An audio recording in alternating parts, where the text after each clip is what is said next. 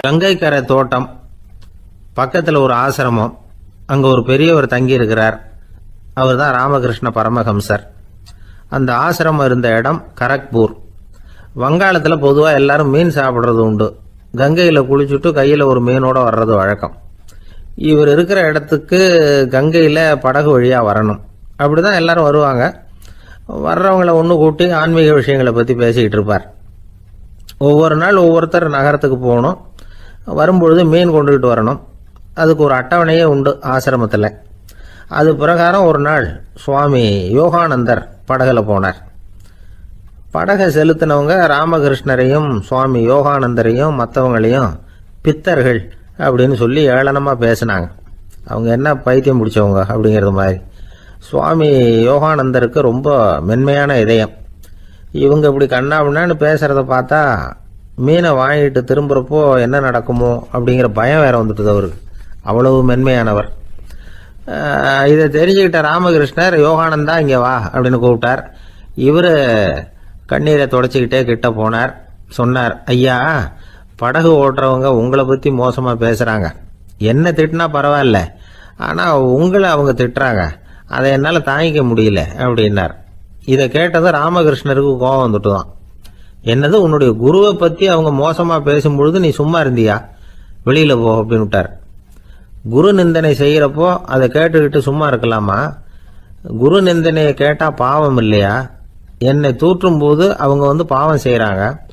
அதை கேட்டுக்கிட்டு நீ சும்மா இருந்தா நீயும் பாவம் செய்கிற அப்படின்னாராம். அடுத்த நாள் சுவாமி நிரஞ்சனானந்தர் போக வேண்டிய நாள். இவர் படகுல போகும்பொழுதும் அதே மாதிரி நடந்துதான். அவங்க மோசமாக பேச ஆரம்பித்தாங்க, திட்ட ஆரம்பித்தாங்க. அப்படி கேலி பண்ண ஒருத்தனை இவர் என்ன பண்ணார், பலார்னு கன்னத்தில் அரைஞ்சிட்டார். இன்னொருத்தனை கங்கையில் தூக்கி எறியறதுக்கும் தயாராகிட்டார். அதுக்கப்புறம் அவங்க யாரும் வாயை திறக்கலை. மீன் வாங்கிட்டு வர்றப்பவும் படகுல ஒரே அமைதி. அவ்வளவு பயம் அவங்களுக்கு. ராமகிருஷ்ணர் கூப்பிட்டு விசாரித்தார் என்ன நடந்ததுன்னு. இவர் சொன்னார், அவர் யோகானந்தா போகும்பொழுது என்ன நடந்ததோ அப்படியே தான் இப்பவும் நடந்தது. குரு நிந்தனை செய்கிறத கேட்டுக்கிட்டு நான் சும்மா இருப்பேனா?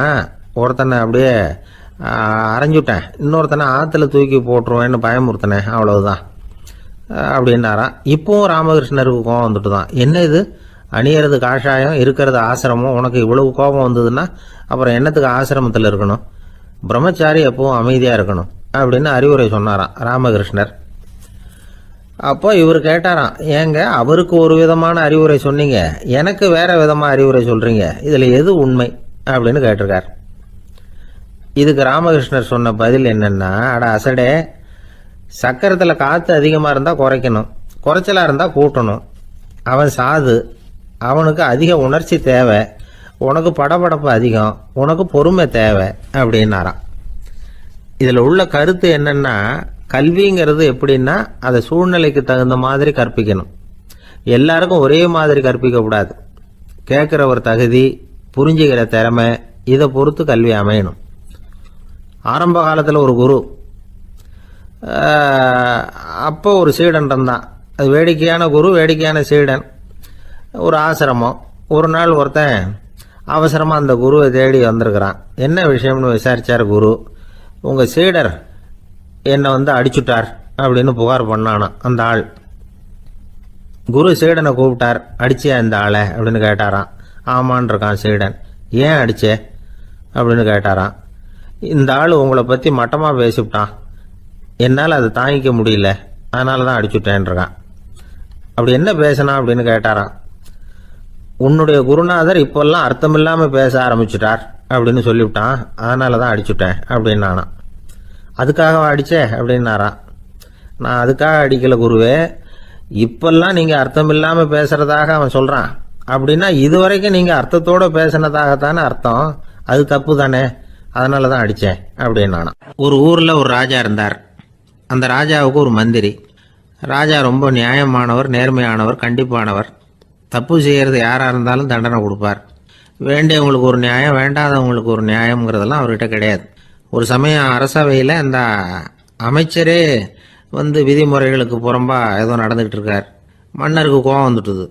உடனே அந்த அமைச்சரை கிட்டத்தில் கூப்பிட்டு அவர் கன்னத்தில் ஓங்கி ஒரு அறை கொடுத்துட்டாராம். உடனே அந்த அமைச்சர் என்ன பண்ணார் தெரியுமா? நேரா போனார். அங்க நின்றுகிட்டு இருந்த இன்னொருத்தர் கண்ணத்துல ஓங்கி அரைஞ்சார். அரை வாங்கினவர் திகைச்சு போயிட்டார். இவர் ஏன் நம்மளை வந்து அரைகிறார் அப்படின்னு யோசனை பண்ணார். மன்னரும் திகைச்சு போயிட்டார். நாம இவர் அரைஞ்சா அதுக்காக இவரு போய் இன்னொருத்தர் அரையணுமா அப்படின்னு யோசனை பண்ணார். அவர் இவருக்கு என்ன பைத்தியமானு கூட நினைக்க ஆரம்பிச்சுட்டார். ஆனா என்ன ஆச்சுன்னா, அப்புறம் அமைச்சர் அவர் கவனிச்சுக்கிட்டு இருந்தாரா, அவர் இன்னொருத்தர் அரைஞ்சார் இல்லையா, அந்த அரை வாங்கின ஆசாமியை பார்த்து கத்திக்கிட்டு இருந்தார். யார்? அமைச்சர்.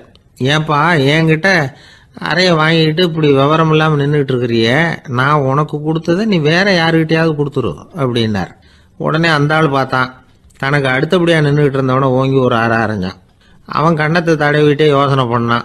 இது ஏதோ புரிஞ்சுக்கிட்ட மாதிரி அடுத்தாப்புல நின்றுட்டு இருந்தவனை அரைஞ்சான். இப்படி இந்த அறை வந்து மாறி மாறி போய்கிட்டே இருக்குது. ஊரு பூரா பிரயாணம் பண்ண ஆரம்பிச்சுட்டுது. அன்னைக்கு ராத்திரி அந்த ராஜா படுக்கிறதுக்காக போனார். அந்த நேரம் பார்த்து அவர் கண்ணத்துல பலார்னு ஒரு அறை விழுந்தது. நம்மளே அரையிறது யாரு அப்படின்னு அதிர்ச்சியோட மன்னர் திரும்பி பார்க்கறாரு. அரைஞ்சது அவரோட மனைவி. என்னாச்சு உனக்குன்னு கத்துனார் ராஜா. உங்களுக்கு தெரியாதா, ஊர் பூரா ஒருத்தர் மாத்தி ஒருத்தர் மூலமா இந்த அறை வந்து பிரயாணம் பண்ணிட்டு வருது அப்படின்னாங்க அந்த அம்மா. அப்படின்னா ஆரம்பிச்ச இடத்துக்கே வந்துட்டுதா அப்படின்னாராம் மன்னர். என்ன சொல்றீங்கன்னு கேட்டிருக்காங்க. இவர் விவரத்தை சொன்னாராம். அப்படின்னா நீங்க ஆரம்பிச்சு வச்ச இந்த விளையாட்டை நான் முடிச்சு வச்சுட்டேன் அப்படின்னாங்களாம் அந்த அம்மா. மறுநாள் காலை மறுபடியும் அரசவை கூடிச்சு. அந்த அமைச்சர் மன்னரை பார்த்து கேட்டார், என்ன மகாராஜா, என்கிட்ட கொடுத்ததை திருப்பி வாங்கிட்டீங்களா அப்படின்னாராம். இப்படி நடக்கும்னு நான் எதிர்பார்க்கவே இல்லைன்னார் மன்னர். ஆனா நான் எதிர்பார்த்தேன். அது எங்க போயிட போகுது, ஊர் பூரா சுத்தி கடைசியில் உங்ககிட்ட தான் வந்து சேரும் அப்படிங்கிறது எனக்கு தெரியும் அப்படின்னார் அமைச்சர். இந்த கதை வந்து வேடிக்கையா இருந்தா கூட இதுல உள்ள கருத்து முக்கியமானது.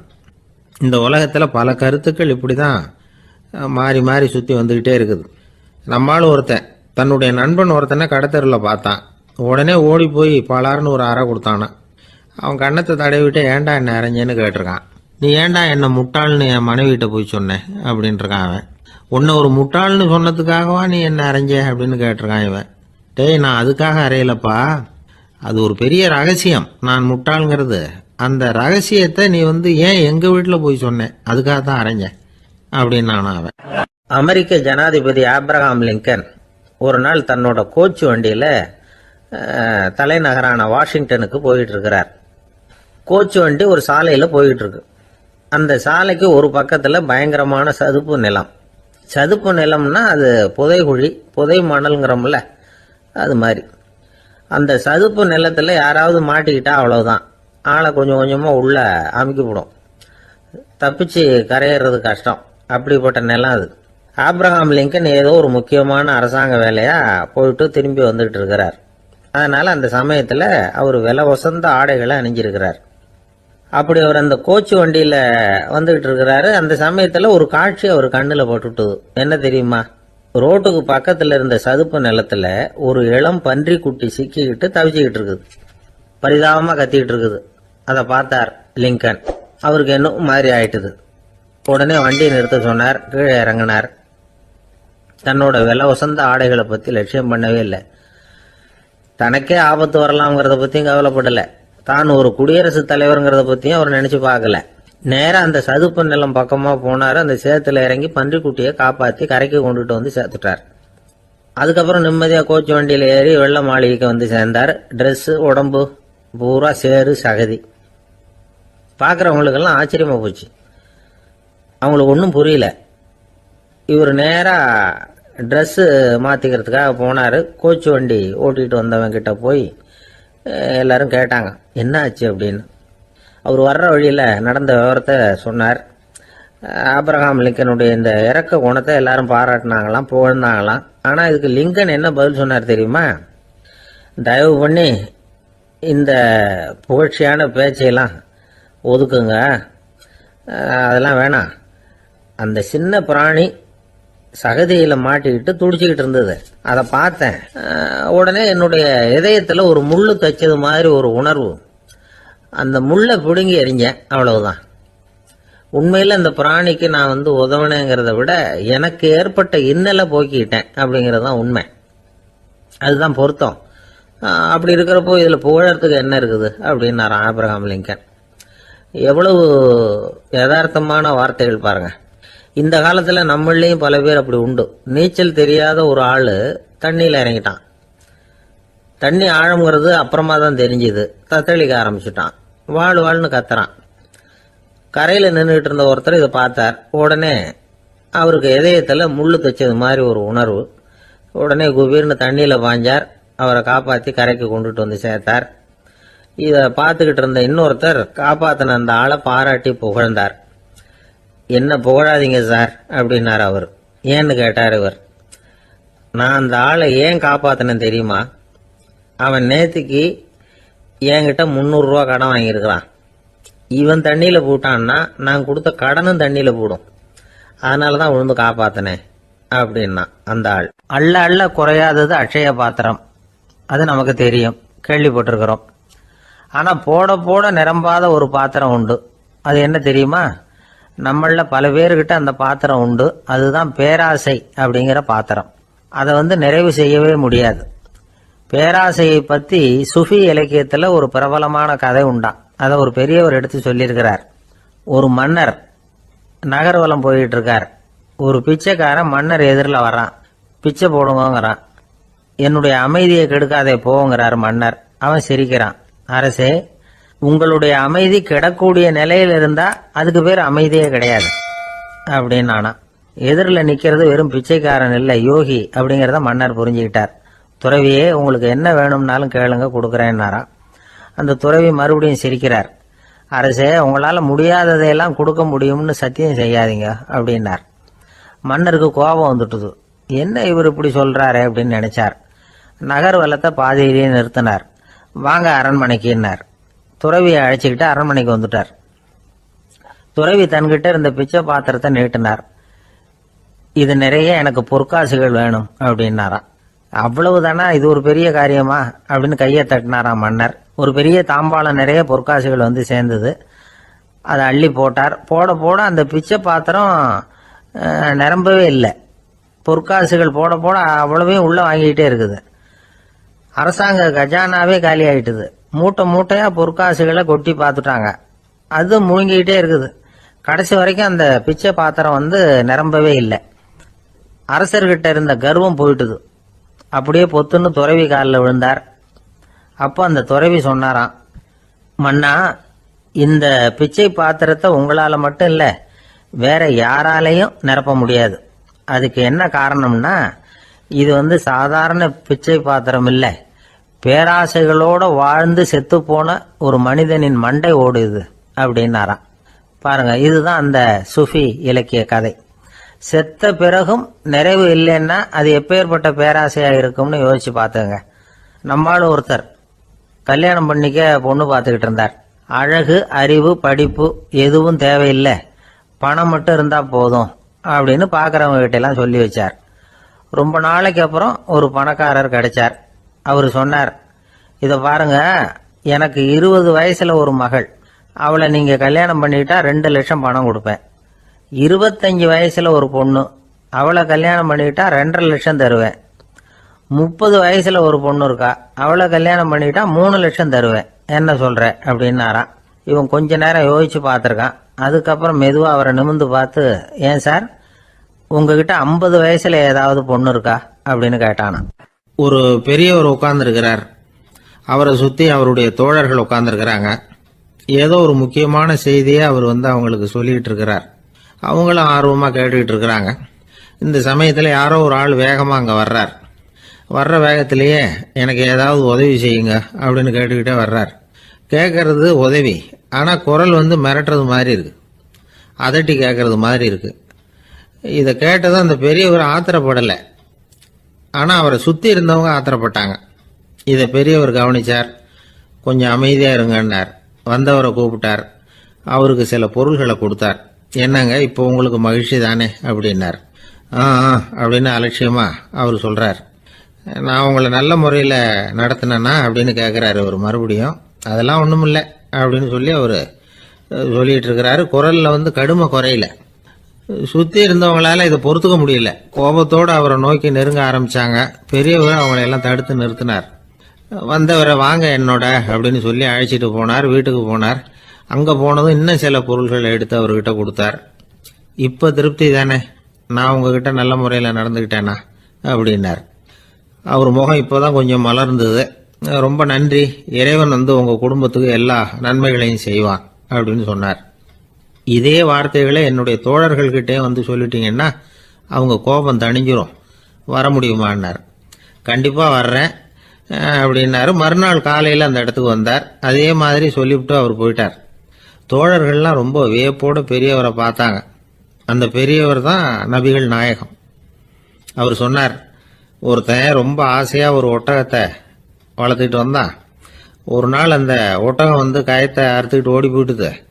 அக்கம் பக்கத்தில் இருக்கிறவங்கெல்லாம் அந்த ஒட்டகத்தை பிடிக்கிறதுக்கு முயற்சி பண்ணாங்க. அதை துரத்திக்கிட்டு ஓடினாங்க. ஒட்டகம் தாறுமாறாக ஓட ஆரம்பிச்சுது. இந்த சமயத்தில் ஒட்டகத்தை வளர்த்தவன் அங்கே ஓடி வந்தான். நீங்கள் அதை ஒன்றும் செய்ய வேணாம், விட்டுருங்க. அதோட சுபாவம் எனக்கு நல்லா தெரியும். அதை சுலபமாக என்னோட வழிக்கு கொண்டுட்டு வந்துட முடியும். நான் பார்த்துக்கிறேன், விட்டுருங்க அப்படின்னா. எல்லாரும் விலைக்கு போயிட்டாங்க. இவன் என்ன செஞ்சான் தெரியுமா? கொஞ்சம் புல்லை கையில் எடுத்துக்கிட்டு அந்த ஒட்டகத்தை நெருங்கினான். அவ்வளவுதான். அது ஓடி இவன் காலடியில் உட்காந்துக்கிட்டது. செல்லமாக அதை அப்படியே தடவி கொடுத்தான். முதுகில் ஏறி உட்காந்துக்கிட்டான். அது பாட்டுக்கு சாதுவாக நடந்து போகுது. இந்த கதையை நபிகள் நாயகம் தம்முடைய தோழர்களுக்கு சொல்றார். ஒட்டகத்தை மட்டும் இல்லை, சில மனிதர்களையும் கூட சில விதத்தில் அணுகிதான் அவர்களை சீர்திருத்த வேண்டியிருக்குது அப்படிங்கிறத அவங்களுக்கு உணர்த்தினார். இது ஒரு அழகான உளவியல் அணுகுமுறை. சில குடும்ப தலைவர்கள் கூட இந்த ஒட்டகம் மாதிரி நடந்துகிறது உண்டு, அப்புறம் அடங்கி போகிறதும் உண்டு. ஒரு குடும்ப தலைவர் காலையில் எழுந்திரிச்சதுலேருந்து சத்தம் போட்டு கத்திக்கிட்டு இருப்பார். பக்கத்தில் இருந்தவங்கெல்லாம் ஓடி போய் சமாதானம் பண்ணி பார்த்தாங்க. அவர் ஓயறது மாதிரி தெரியல. கடைசியில் அவர் மனைவி வந்தாங்க. நீங்கள் எல்லாம் விலகி போயிடுங்க, அவர் சுபாவம் எனக்கு தெரியும், நான் பார்த்துக்கிறேன் அப்படின்னாங்க. சரின்னு எல்லாரும் போயிட்டாங்க. சாயந்தரமாக பார்க்குறாங்க, அவர் சத்தம் இல்லாமல் ஒரு மூலையில் உட்காந்துருக்கிறார். ரொம்ப சாதுவா. ஆச்சரியமாக இருந்தது. என்னம்மா பண்ணீங்கன்னு கேட்டாங்க. அது ஒன்றும் இல்லைங்க, ஒரு வேளை சாப்பாட்டை நிறுத்தினேன், பட்னி போட்டேன், அவ்வளவுதான் அப்படின்னாங்க அந்த அம்மா. ஒருத்தர் ரொம்ப அவசரமாக போயிட்டு இருந்தார். எங்கே சார் போகிறீங்கன்னு கேட்டோம். எனக்கு வேண்டியப்பட்ட ஒருத்தருக்கு குழந்தை பிறந்திருக்கிறதாக செய்தி வந்திருக்கு, அதுதான் ஆஸ்பத்திரிக்கு போயிட்டு இருக்கேன், பார்த்துட்டு வரலாம்னு அப்படின்னார். அப்படின்னா கொஞ்சம் இப்படி உட்காருங்க அப்படின்னோம். சில விவரமெல்லாம் சொல்கிறேன், கேட்டுக்கிட்டு போங்க அப்படின்னோம். உட்காந்தார். அப்புறம் சொல்ல ஆரம்பித்தோம். புதுசாக பிறந்திருக்கிற ஒரு குழந்தைய பார்க்க போகிறதுன்னா அது சாதாரண விஷயம் இல்லை. அதில் ரொம்பவும் கவனமாக நடந்துக்கணும். புது குழந்தைக்கு நோய் சுலபமாக தோற்றும். முக்கியமாக காற்று மூலமாக பரவுற நோய்கள் சுலபமாக வந்துடும். அதனால் நமக்கு உடம்பு சரியில்லைன்னா குழந்தைய விட்டு கொஞ்சம் தள்ளியே இருக்கிறது தான் நல்லது. பெரியவங்களை பொறுத்த வரைக்கும் சாதாரணமாக உள்ள ஒரு கிருமி கூட குழந்தைய பொறுத்த வரைக்கும் ரொம்ப மோசமான ஒரு கிருமியாக இருக்கும். சில வெளிநாடுகளில் எப்படி தெரியுமா, பிறந்த குழந்தை தூங்கிக்கிட்டு இருக்கிற ஒரு ரூமுக்கு போகணும்னா போகிறவங்க முகமூடி போட்டுக்கணும், காலணிகளை மாற்றிக்கணும், அவ்வளவு சுத்தமாக உள்ளே போய் பார்த்துட்டு வரணும். பொதுவாக சில ஆஸ்பத்திரிகளில் பார்த்தீங்கன்னா பார்வையாளர்கள் நேரத்தில் விசிட்டிங் ஹவர்ஸ் தாயை விட்டு குழந்தைய தனியாக பிரித்து வச்சுருவாங்க. எதுக்குன்னு நினைக்கிறீங்க? அந்த நேரம் பல பேர் வருவாங்க போவாங்க. அவங்க கை கால் சுத்தமாக இருக்காது. சுத்தம் இல்லாத கைகள் மூலமாக கிருமிகள் பரவும். சுத்தம் இல்லாத கைன்னா மண்ணு தூசி படிஞ்சிருக்கிற கை மட்டும் தான் அர்த்தம் இல்லை. சாலையில் கையை வீசிக்கிட்டு நடந்து வர்றீங்க, குழந்தைய பொறுத்த வரைக்கும் அது கூட சுத்தம் இல்லாத கை தான். தாயை தவிர மற்றவங்க குழந்தைய தூக்காமல் பார்த்துக்கிறது நல்லது. தாய் கூட அளவோட கொஞ்சிறதோட நிறுத்திக்கணும். புதுசாக ஒரு குழந்தைய பெற்றிருக்கிற பொண்ணுக்கிட்ட மற்ற தாய்மார்கள் ஏதாவது சொல்லிக்கிட்டே இருப்பாங்க. குழந்தைய அப்படி வளர்க்கணும் இப்படி வளர்க்கணும் அப்படின்னு ஏதாவது அட்வைஸ் பண்ணிக்கிட்டே இருப்பாங்க. இப்படி ஓவராக அறிவுரை பண்ணுறது அந்த பொண்ணை குழப்பி விட்டுரும். அதனால் அப்படிலாம் பண்ணக்கூடாது. அந்த பெண்ணே ஏதாவது கேட்டால் கூட டாக்டர் சொல்ல வேண்டிய விவரங்களை எல்லாம் நாமே சொல்லிக்கிட்டு இருக்கக்கூடாது. புதுசாக பிறந்திருக்கிற குழந்தைய மட்டும்தான் இப்படி பார்க்கணும்னு இல்லை. ஒரு நோயாளி குழந்தைய பார்க்க போகிறதுனா கூட ரொம்ப எச்சரிக்கையாக தான் நடந்துக்கணும். ஒரு தின்பண்டமோ விளையாட்டு சாமானோ அந்த குழந்தைக்கு நாம் வாங்கிட்டு போகிறதா வச்சுக்குவோம். அதை நேராக கொண்டுகிட்டு போய் அந்த குழந்தைகிட்டே கொடுக்கக்கூடாது. அதோட அப்பா அம்மா கிட்ட ரகசியமாக கொடுக்கலாம். அவங்க முடிவு பண்ணட்டும் குழந்தைகிட்ட அதை கொடுக்கலாமா வேண்டாமாங்கிறத. அவங்களுக்கு தான் தெரியும் அதோட மனசும் உடம்பும். உங்கள் அக்கறையை காட்டுறதா நினச்சிக்கிட்டு குழந்தை வாயில் எதையும் கொண்டுட்டு போய் போடாதீங்க. போகிறப்போ உங்கள் வீட்டு குழந்தையும் அழைச்சிட்டு போகாதீங்க. இது நோயை வாங்கிட்டு வந்துடும், அல்லது புதுசாக ஒரு நோயை அதுகிட்ட கொடுத்துட்டு வந்துடும். என்னதான் உங்களுக்கு பழக்கமான குழந்தையா இருந்தால் கூட அதுக்கு விருப்பம் இல்லைன்னா பேசக்கூடாது. அங்கே போய் அவங்க பள்ளிக்கூடத்தை ஞாபகப்படுத்திட்டு இருக்கக்கூடாது. நோயில் இருக்கிறப்ப ஸ்கூலை பற்றி பேச அது விரும்பாது. ஆஸ்பத்திரி விட்டு வெளியில் புறப்படுறப்போ குழந்தைகிட்ட சொல்லணும்னு அவசியம் இல்லை. அதோட அப்பா அம்மா கிட்ட சொல்லிவிட்டு புறப்பட்டா போதும், குழந்தை கோபிச்சிக்காது. சமூக சம்பிரதாயத்தை பற்றி அது கவலைப்படுறதில்ல. இப்படி எல்லா விவரமும் நம்ம எதிரில் உட்காந்துருந்தவங்க கிட்ட சொல்லி முடித்தோம். ரொம்ப நன்றி சார் அப்படின்னு சொல்லிவிட்டு அவர் புறப்பட்டார். குழந்தைங்க கொஞ்சம் வளர்ற வரைக்கும் தான் நாம் எச்சரிக்கையாக இருக்கணும்னு இல்லை, வளர்ந்த பிறகு இன்னும் எச்சரிக்கையாக இருக்கணும். ஒரு பையன் பள்ளிக்கூடத்துலேருந்து திரும்பி வீட்டுக்கு வந்தான். முகம் பூரா நகத்தால கீறி இருந்தது. அப்பா பார்த்து பயந்துட்டார். யாருடா உன்னை இப்படி பண்ணது அப்படின்னாரு. என் கூட படிக்கிற இன்னொரு பையன்னா. நாளைக்கு உன் கூட பள்ளிக்கூடத்துக்கு வர்றேன், நீ எனக்கு அவனை அடையாளம் காட்ட முடியுமான்னார். அது ரொம்ப சுலபம் நான் பையன். எப்படின்னார் அப்பா. அவன் காதில் ஒன்று கையோடு எடுத்துகிட்டு வந்திருக்கிறேன், இதோ என் பையில தான் வச்சுருக்கேன் அப்படிங்கிறான் அந்த பையன். ஒரு இலக்கிய கூட்டம் ஏற்பாடு பண்ணியிருக்கிறோம், நீங்கள் அவசியம் வந்து அதில் பேசணும் அப்படின்னு கேட்டுக்கிட்டார் ஒருத்தர். வேணாங்க, 4 பேருக்கு முன்னாடி வந்து நிற்கிறதுனா எனக்கு ரொம்ப கூச்சமாக இருக்கும் அப்படின்னாரு இவர். ஏன் சார் இன்னமும் குழந்தை மாதிரி கூச்சப்படுறீங்களே அப்படின்னார் அவர். அவரை ஒரு மாதிரியாக சமாளித்து அனுப்பி வச்சுட்டு அதுக்கப்புறம் அதை பற்றி இவர் யோசித்து பார்த்துருக்கார். சில நிபுணர்கள் எழுதியிருக்கிறத படித்தும் பார்த்துருக்கிறார். மனோதத்துவ நிபுணர்கள் என்ன சொல்கிறாங்க தெரியுமா? 10லேருந்து 20% குழந்தைகள் பிறக்கிறப்பவே கூச்ச சுபாவம் கொண்டதாக தான் இருக்குதான். ஒரு தாத்தா தன்னோட பேர பிள்ளைய ஆசையாக கூப்பிடுறார் விளையாட்டு காட்ட, அதை அழுதுகிட்டு ஓடி போகுது. ஒரு அம்மா தன்னோட பிள்ளைய பள்ளிக்கூடத்தில் சேர்க்கறதுக்காக கூப்பிட்டுக்கிட்டு போகிறாங்க. அந்த புள்ள அம்மாவோட முந்தானையில் ஒளிஞ்சிக்கிட்டு வெளில வரமாட்டேங்குது. இவங்களெல்லாம் எப்படி சமாளிக்கிறது? குழந்தைகளோட கூச்ச சுபாவத்தை போக்குறது எப்படி? இதுக்கு நிபுணர்கள் சில யோசனைகளை சொல்லியிருக்கிறாங்க. மற்றவங்களுக்கு முன்னாடி என் பையனுக்கு கூச்சம் ரொம்ப அதிகம் சார், மற்றவங்க பார்த்தா ரொம்ப வெக்கப்படுறான், இப்படி சொல்கிற அப்பாக்கள் உண்டு. என் பையன் புது மனுஷால பார்த்தா அட்டையாக ஒட்டிக்குவான் சார் அப்படின்னு சொல்கிற அப்பாக்களும் உண்டு. இப்படிலாம் குழந்தைகளுக்கு வந்து முத்திரை குத்துறது ரொம்ப தப்பான். புதுசாக யாராவது வீட்டுக்கு வந்தால் குழந்தை தானாக தன்னோட கூச்சத்தையும் பயத்தையும் போக்கிக்கிட்டு சகஜமாக மாறி வர்றதுக்கு வாய்ப்பு கொடுக்கணுமா. ஒரு கூட்டத்துக்கோ அல்லது சொந்தக்காரங்க கல்யாணத்துக்கோ குழந்தைய அழைச்சிட்டு போகிறீங்க, அங்கே போய் கட்டாயப்படுத்தி குழந்தைய மற்றவங்க கிட்ட பேச சொல்லக்கூடாது. சில சமயம் குழந்தை தானாக தன்னுடைய கூச்ச சுபாவத்தை விட்டு பேசுறதுக்கு முன் வந்தால் அதை பாராட்டணும். குழந்தை கலகலப்பு இல்லாமல் மௌனமாக இருந்ததுன்னா அதையும் கண்டுக்கக்கூடாது. குழந்தை பேச ஆரம்பித்தா அதை ஆர்வத்தோடு கவனிக்க தெரியணும். கலந்து உரையாடுற பழக்கத்தை வீட்லேயே ஆரம்பிக்கலாம். கேட்டதுக்கு பதில் சொல் அப்படின்னு நீங்கள் அதிகாரம் பண்ணிகிட்டு இருக்கக்கூடாது. அது வந்து குழந்தைக்கு பேசுகிற சந்தர்ப்பத்தை குறைச்சிருமா. இப்போ நாம் அதிகாரம் பண்ணால் கேலி செய்கிற பழக்கம் குழந்தைகளை வந்து ரொம்ப பாதிச்சிருமா. பெரியவங்களானதுக்கு அப்புறமும் சில பேர் கூச்சத்தோடவும் பயத்தோடவும் இருக்கிறதுக்கு இதுதான் காரணம். சின்ன வயசில் அவங்கெல்லாம் ஏதாவது கேலிக்கு ஆளாகி இருப்பாங்க. 2வது குழந்தை மூத்த குழந்தைய வந்து கேலிக்கு ஆளாகிற சந்தர்ப்பங்களை கண்டு கேலி பண்ணினா அது இளம் நெஞ்சங்களை விட்டு நீங்கிறதே இல்லையா. எப்பவும் குழந்தையோட நடை உடை பாவனைகளை பற்றி சொல்லிக்கிட்டே இருக்கக்கூடாதான். அதுவே கூச்ச சுபாவத்தை கொண்டுட்டு வந்துருமா. அப்பா எங்கேன்னு யாராவது கேட்டால் இது மாதிரி இன்ன காரியத்துக்காக வெளியில் போயிருக்கார், இத்தனை மணிக்கு திரும்பி வருவார் அப்படின்னு சொல்கிற அளவுக்கு குழந்தைகளை வந்து பழக்கப்படுத்தி வைக்கணும். ஃபோன்லேயே யாராவது விசாரித்தா கூட இது மாதிரி பதில் சொல்லு அப்படின்னு சொல்லணும். சின்ன சின்ன மீட்டிங்கில் 4 வார்த்தை பேச தயார் பண்ணலாம். ஒரு கடையிலையோ அல்லது ஹோட்டல்லையோ ஏதாவது விவரம் கேட்கணும்னா உங்கள் குழந்தைய தைரியமாக அனுப்புங்க.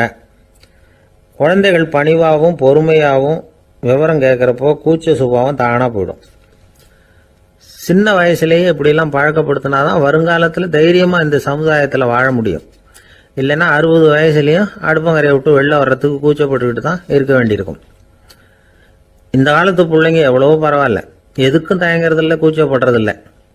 ஒரு அம்மா அடுப்பங்கரையிலேருந்து சத்தம் போட்டாங்க, டேய் ராமு, தயவு பண்ணி அந்த டிவியை நிறுத்துறா, அந்த பெண்ணோட குரல் மகா மோசம், அடுப்பங்கரையில் இருக்கிற என்னாலேயே அதை சகிச்சிக்க முடியல அப்படின்னாங்களாம். உடனே பையன் கொஞ்சம் கூட தயங்காமல் பதில் சொல்கிறான், அம்மா இந்த குரல் டிவியிலேருந்து வரல, எழுத விட்டு மாமி தான் இங்கே வந்திருக்கிறாங்க, அவங்க தான் இப்போ என்னோட பேசிக்கிட்டு இருக்கிறாங்க அப்படின்னு நானும். ஒருத்தர் இருக்கார், நல்ல உத்தியோகத்தில் தான் இருக்கிறார், ஆனால் எப்போ பார்த்தாலும் முகத்தை வெறுப்பாக வச்சிருப்பார், அப்படியே வருவார் போவார். ஏன் சார் இப்படி இருக்கிறீங்க அப்படின்னு விசாரித்தோம். ஏன்டா இந்த வேலைக்கு வந்தோம்னு இருக்கு சார் அப்படின்னார். உங்கள் வேலை உங்களுக்கு பிடிக்கலையா அப்படின்னு கேட்டோம். இல்லைன்னார். இப்படிப்பட்டவங்க வெற்றிகரமான வாழ்க்கை வாழ முடியாது. இது வந்து நிபுணர்கள் கருத்து. வேலையை நேசிக்க தெரிந்தவர்கள் வெற்றி பெறுவார்கள் அப்படிங்கிறாங்க அவங்க. எந்த துறையாக இருந்தாலும் சரி, அந்த துறையில் வெற்றிகரமாக இருக்கிறவங்கள விசாரித்து பாருங்க. எனக்கு என்னுடைய வேலை ரொம்ப பிடிக்கும் அப்படின்னு சொல்கிறவங்களா தான் இருப்பாங்க. அப்படி இருந்தால் தான் அது வெற்றிகரமாக இருக்க முடியுது அவங்களால. ஒருத்தனுக்கு பிடித்தமான பொழுதுபோக்கே அவனுடைய தொழிலாக இருந்துட்டுதுன்னா அவனை மாதிரி கொடுத்து வச்சவன் வேற யாரும் இல்லை அப்படிங்கிறார் பெர்னாட் ஷா. ஒரு தடவை மன்னர் ஹுமாயூன் உயிரை தண்ணீர் முண்டு ஊற்றுகிற தொழிலாளி ஒருத்தர் காப்பாத்தினாராம் அந்த ஹுமாயூன் உயிரை. உடனே மன்னர் கேட்டிருக்கார், உனக்கு என்ன வேணும்னாலும் கேளு தரேன், உயர் பதவி வேணுமா அப்படின்னு கேட்டாராம். மன்னா, மக்களின் தாகம் தீர்க்கக்கூடிய இந்த பணியை விட உயர்ந்தது உண்டா அப்படின்னாராம் அந்த தொழிலாளி. அவரால் அவருடைய வேலையை நேசிக்க முடிஞ்சுது, அதனால மகிழ்ச்சியா இருக்க முடிஞ்சுது. நாமெல்லாம் அப்படி இல்லை, வேலை கிடைக்கிற வரைக்கும் கிடைச்சா போதும் அப்படின்னு இருக்கோம். கிடைச்சதுக்கு அப்புறம் ஏன்டா அந்த வேலைக்கு வந்தோம்னு ரொம்பவும் அழுத்துக்குவோம். சரி, நாம் இருக்கிற இடத்துல நாம் வெற்றிகரமாக இருக்க வழி உண்டா அப்படின்னா உண்டுன்னு சொல்கிறாங்க. அதாவது மன இயல் நிபுணர்கள் இருக்கிறாங்க இல்லையா, அவங்க அதுக்கு முக்கியமாக 6 வழிகள் சொல்கிறாங்க. நீங்கள் ஒரு அலுவலகத்தில் வேலை பார்க்குறவரா அப்படின்னா இதை கேளுங்க. அதாவது உங்கள் மேலதிகாரி எதிர்பார்ப்புக்கு தகுந்த மாதிரி உங்கள் வேலை இருக்குதா? அப்படி இல்லைன்னா முதல்ல உங்கள் வேலையின் தரம் உயரணும். உங்களுக்கு மேலே கீழே வேலை பார்க்குற பணியாளர்கள் கிட்ட நல்ல விதமாக பழகுறீங்களா? அந்த உறவு முறையில் ஏதாவது குறை இருந்தால் அதை கண்டுபிடிச்சி சரி பண்ணுங்க. நம்பிக்கைக்கு உரியவர் அப்படின்னு நீங்கள் பேர் எடுக்கணும். நீங்கள் எடுக்கிற முடிவு நல்ல முடிவாக தான் இருக்கும் அப்படின்னு அடுத்தவங்க சொல்லணும். உங்கள் தோற்றத்துக்கு முக்கியத்துவம் கொடுங்க. இது மனம் உடல் ரெண்டும் சம்பந்தப்பட்டது. அதனால மனசையும் ஆரோக்கியமாக வச்சிருக்கணும், உடம்பையும் ஆரோக்கியமாக வச்சிருக்கணும். உங்களுடைய நிர்வாகம் செயல்படுற விதத்தை நல்லா புரிஞ்சு வச்சுக்கணும். உங்களுடைய நிர்வாகம் இப்போ ஒரு காரியம் செய்யுதுன்னு வச்சுங்க, ஏன் அப்படி செய்யுது, எதுக்காக அப்படி செய்யுது, அதனுடைய குறிக்கோள் என்ன, அது நீடிக்கிறதுக்கு காரணம் என்ன, இதையெல்லாம் தெரிஞ்சுக்கணும். சிரிப்புக்கு வஞ்சகம் பண்ணக்கூடாது, நல்லா சிரிக்கணும், அப்போதான் அது திரும்ப கிடைக்கும். கடந்த கால தோல்வியை பற்றி கவலைப்படக்கூடாது. முதலாளி விருப்பம் தெரிஞ்சு நடந்துக்கிறது நல்லது தான். அதுக்காக காக்கா பிடிக்கணுங்கிற அவசியம் இல்லை. உங்களுக்கு ஒரு பொறுப்பான வேலை கிடைக்குது, உடனே சத்தம் குழப்பம் அப்படின்னு சூழ்நிலையை இறுக்கமாக ஆக்கிடக்கூடாது. எந்த சூழலையும் இயல்பா கையாளக்கூடியவர் அப்படிங்கிறத காட்டணும். இதெல்லாம் உங்கள் துறையில நீங்கள் வெற்றி பெற நிபுணர்கள் சொல்ற யோசனைகள். இவ்வளவு விவரமும் சொல்லிவிட்டு ஒருத்தரை பார்த்து கேட்டோம், இப்ப சொல்லுங்க, நீங்க செய்யற வேலை உங்களுக்கு பிடிச்சிருக்குதா அப்படின்னா. ரொம்ப ரொம்ப பிடிச்சிருக்குது அப்படின்னார். சரி, என்ன செஞ்சிட்டு இருக்கிறீங்க அப்படின்னு கேட்டோம்.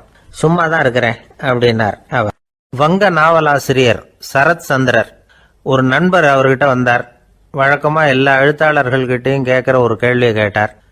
நீங்க எழுத்துத்துறைக்கு வந்தது எப்படி? இதுதான் கேள்வி. அதை தெரிஞ்சு என்ன பிரயோஜனம்னார் சரத் சந்திரர். சும்மா சொல்லுங்களேன், தெரிஞ்சுக்கிறேன் அப்படின்னார் வந்தவர். சரி சொல்றேன்னு ஆரம்பிச்சார்.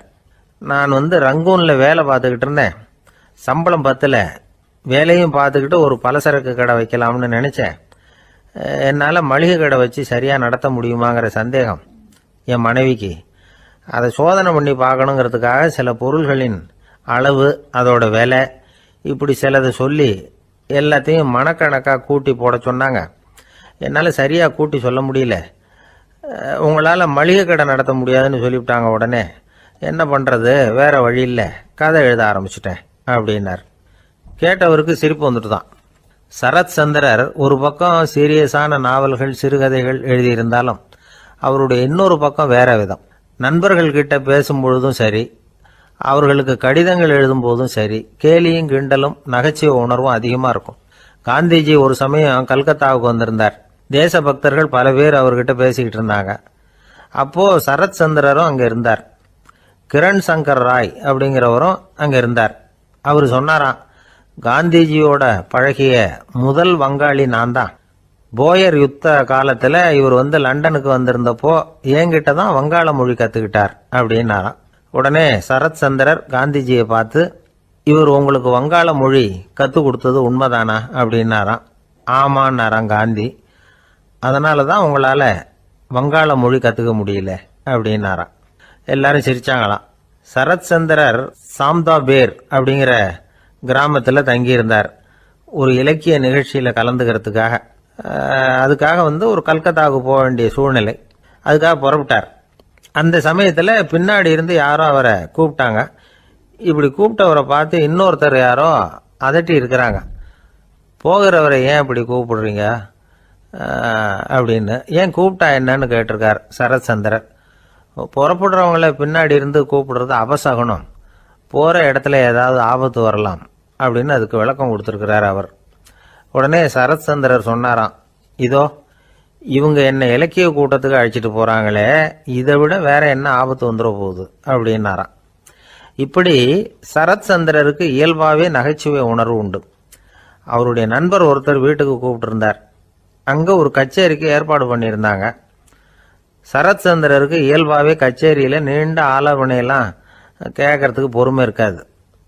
அதனால மெதுவாக பாட போகிறவர் எப்படி அப்படின்னு கேட்டிருக்கார். அவருக்கு ரொம்ப நல்லா பாட தெரியும் அப்படின்னு சொல்லியிருக்கிறாங்க. அதுக்கு சரத்சந்திரர், பாட தெரியுங்கிறது சரி, பாட்டை நிறுத்த தெரியுமா அதை சொல்லுங்க முதல்ல அப்படின்னார். ஐயா, உங்க பேரை தொடர்ந்து தினம் கேட்டுக்கிட்டு இருக்கிறேன் அப்படின்னார் ஒருத்தர். தொடர்ந்து கேட்குறீங்களே, உங்களுக்கு காது வலிக்கலையா அப்படின்னு கேட்டோம். பேசுகிற உங்களுக்கே வாய் வலிக்கல அப்படிங்கிறப்போ கேட்குற எங்களுக்கு எப்படி காது வலிக்கும் அப்படின்னார். நம்ம உடம்புல ஒரு அதிசயம் என்ன தெரியுமா? ரொம்ப நேரம் நாம் நடக்கிறோம்னு வச்சுக்கோங்க, கால் வலிக்கும். ரொம்ப நேரம் வேலை செஞ்சால் கை வலிக்கும், உடம்பு வலிக்கும். ரொம்ப நேரம் பார்த்துக்கிட்டே இருந்தால் கண்ணு வலிக்கும். ரொம்ப நேரம் பேசிக்கிட்டே இருந்தால் வாய் கூட வலிக்கும். ஆனால் ரொம்ப நேரம் கேட்டுக்கிட்டே இருக்கிறதுனால காது வலிக்கிறது இல்லை. அதனால் கேட்கறதுக்கு முக்கியத்துவம் கொடுத்தாங்க நம்ம பெரியவங்க. திருவள்ளுவர் தேவையில்லாமல் வார்த்தைகளை உபயோகப்படுத்த மாட்டார். ஒரு திருக்குறள்னு எடுத்துக்கிட்டாவே அதில் மொத்தம் 7 வார்த்தைகள், அவ்வளவுதான். அப்படி 7 வார்த்தைகள் மட்டுமே உள்ள ஒரு திருக்குறள்ல வள்ளுவர் ஒரே வார்த்தையை 5 தடவை உபயோகப்படுத்தியிருக்கிறார், திரும்ப திரும்ப பயன்படுத்தியிருக்கிறார். அப்படின்னா அதை எந்த அளவுக்கு வலியுறுத்தி சொல்றார் அப்படிங்கிறத நாம புரிஞ்சுக்கணும். அது என்ன குறள்? செல்வத்துள் செல்வம் செவிச்செல்வம், அச்செல்வம் செல்வத்துள் எல்லாம் தலை. செவிச்செல்வம்ங்கிறது அவ்வளவு முக்கியமானது. கற்றலின் கேட்டல் நன்று. அதிகம் கேட்கணுங்கிறதுக்காகத்தான் எவ்வளவு கேட்டாலும் காது வலிக்கிறது இல்லை. குறைச்சலா பேசணும், அதிகமாக கேட்கணும். இன்னொரு விஷயம் கவனிங்க, நம்ம உடம்புல கண்ணுக்கு மூடி இருக்குது, எதையாவது நாம பார்க்க விரும்பலன்னா உடனே கண்ணை மூடிக்கலாம். நம்ம வாய்க்கு மூடி இருக்குது, பேச விருப்பம் இல்லையா, வாயை மூடிக்கலாம். மூக்குக்கு கூட மூடிக்கிற வசதி இருக்குது, எதையாவது முகர விருப்பம் இல்லையா, மூச்சை அடக்கிக்கலாம். ஆனால் பாருங்க, காதுக்கு மூடி கிடையாது, அதை கையால் தான் மூட முடியும். யார் என்ன சொன்னாலும் அது நல்லதோ கெட்டதோ காதில் விழுந்துக்கிட்டு தான் இருக்கும். அறிவு தான் நல்ல விஷயங்களை எடுத்துக்கிட்டு கெட்ட விஷயங்களை விட்டுடணும். நல்ல கருத்துக்கள் நம்ம காதில் நிறைய விழுந்துக்கிட்டே இருக்கணும். அதை கேட்டு நாம் நல்லபடியாக வாழணுங்கிறது தான் படைப்பின் விருப்பம். ஆன்மீகவாதிகள் கூட ஒன்று சொல்லுவாங்க, அதாவது ஆன்மீக பாதையில் நீங்கள் முன்னேறணும்னா முதல்ல சிரவணம் செய்யணும்பாங்க. அதாவது பெரியவங்க சொல்கிற நல்ல கருத்துக்களை கேட்கணும் அப்படின்னு அதுக்கு அர்த்தம். அதனால் யார் நல்ல கருத்துக்களை சொன்னாலும் அதை காது கொடுத்து கேளுங்க. இவ்வளவு கருத்துக்களையும் நம்ம நேயர் ஒருத்தர்கிட்ட சொல்லிகிட்டு இருந்தோம். அவரும் சரி சரின்னு தலையாடிக்கிட்டே இருந்தார். அப்புறம் சொன்னார், நீங்கள் சொல்கிறது சரிதான் சார், காதுக்கு மூடி இல்லைங்கிறது ரொம்ப சரி. அதனால தான் உங்கள் தகவல் கூட நாங்கள் விரும்புகிறோமோ இல்லையோ தினம் காதில் விழுந்துக்கிட்டு இருக்குது அப்படின்னார்.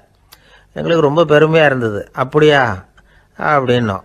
ஆனாலும் என்ன மாதிரி சில பேர் நீங்கள் தகவல் சொல்கிற சமயத்தில் காதில் மூடி இல்லையேன்னு சொல்லி கவலைப்படுறதில்ல சார் அப்படின்னார். ஏன்னு கேட்டோம்.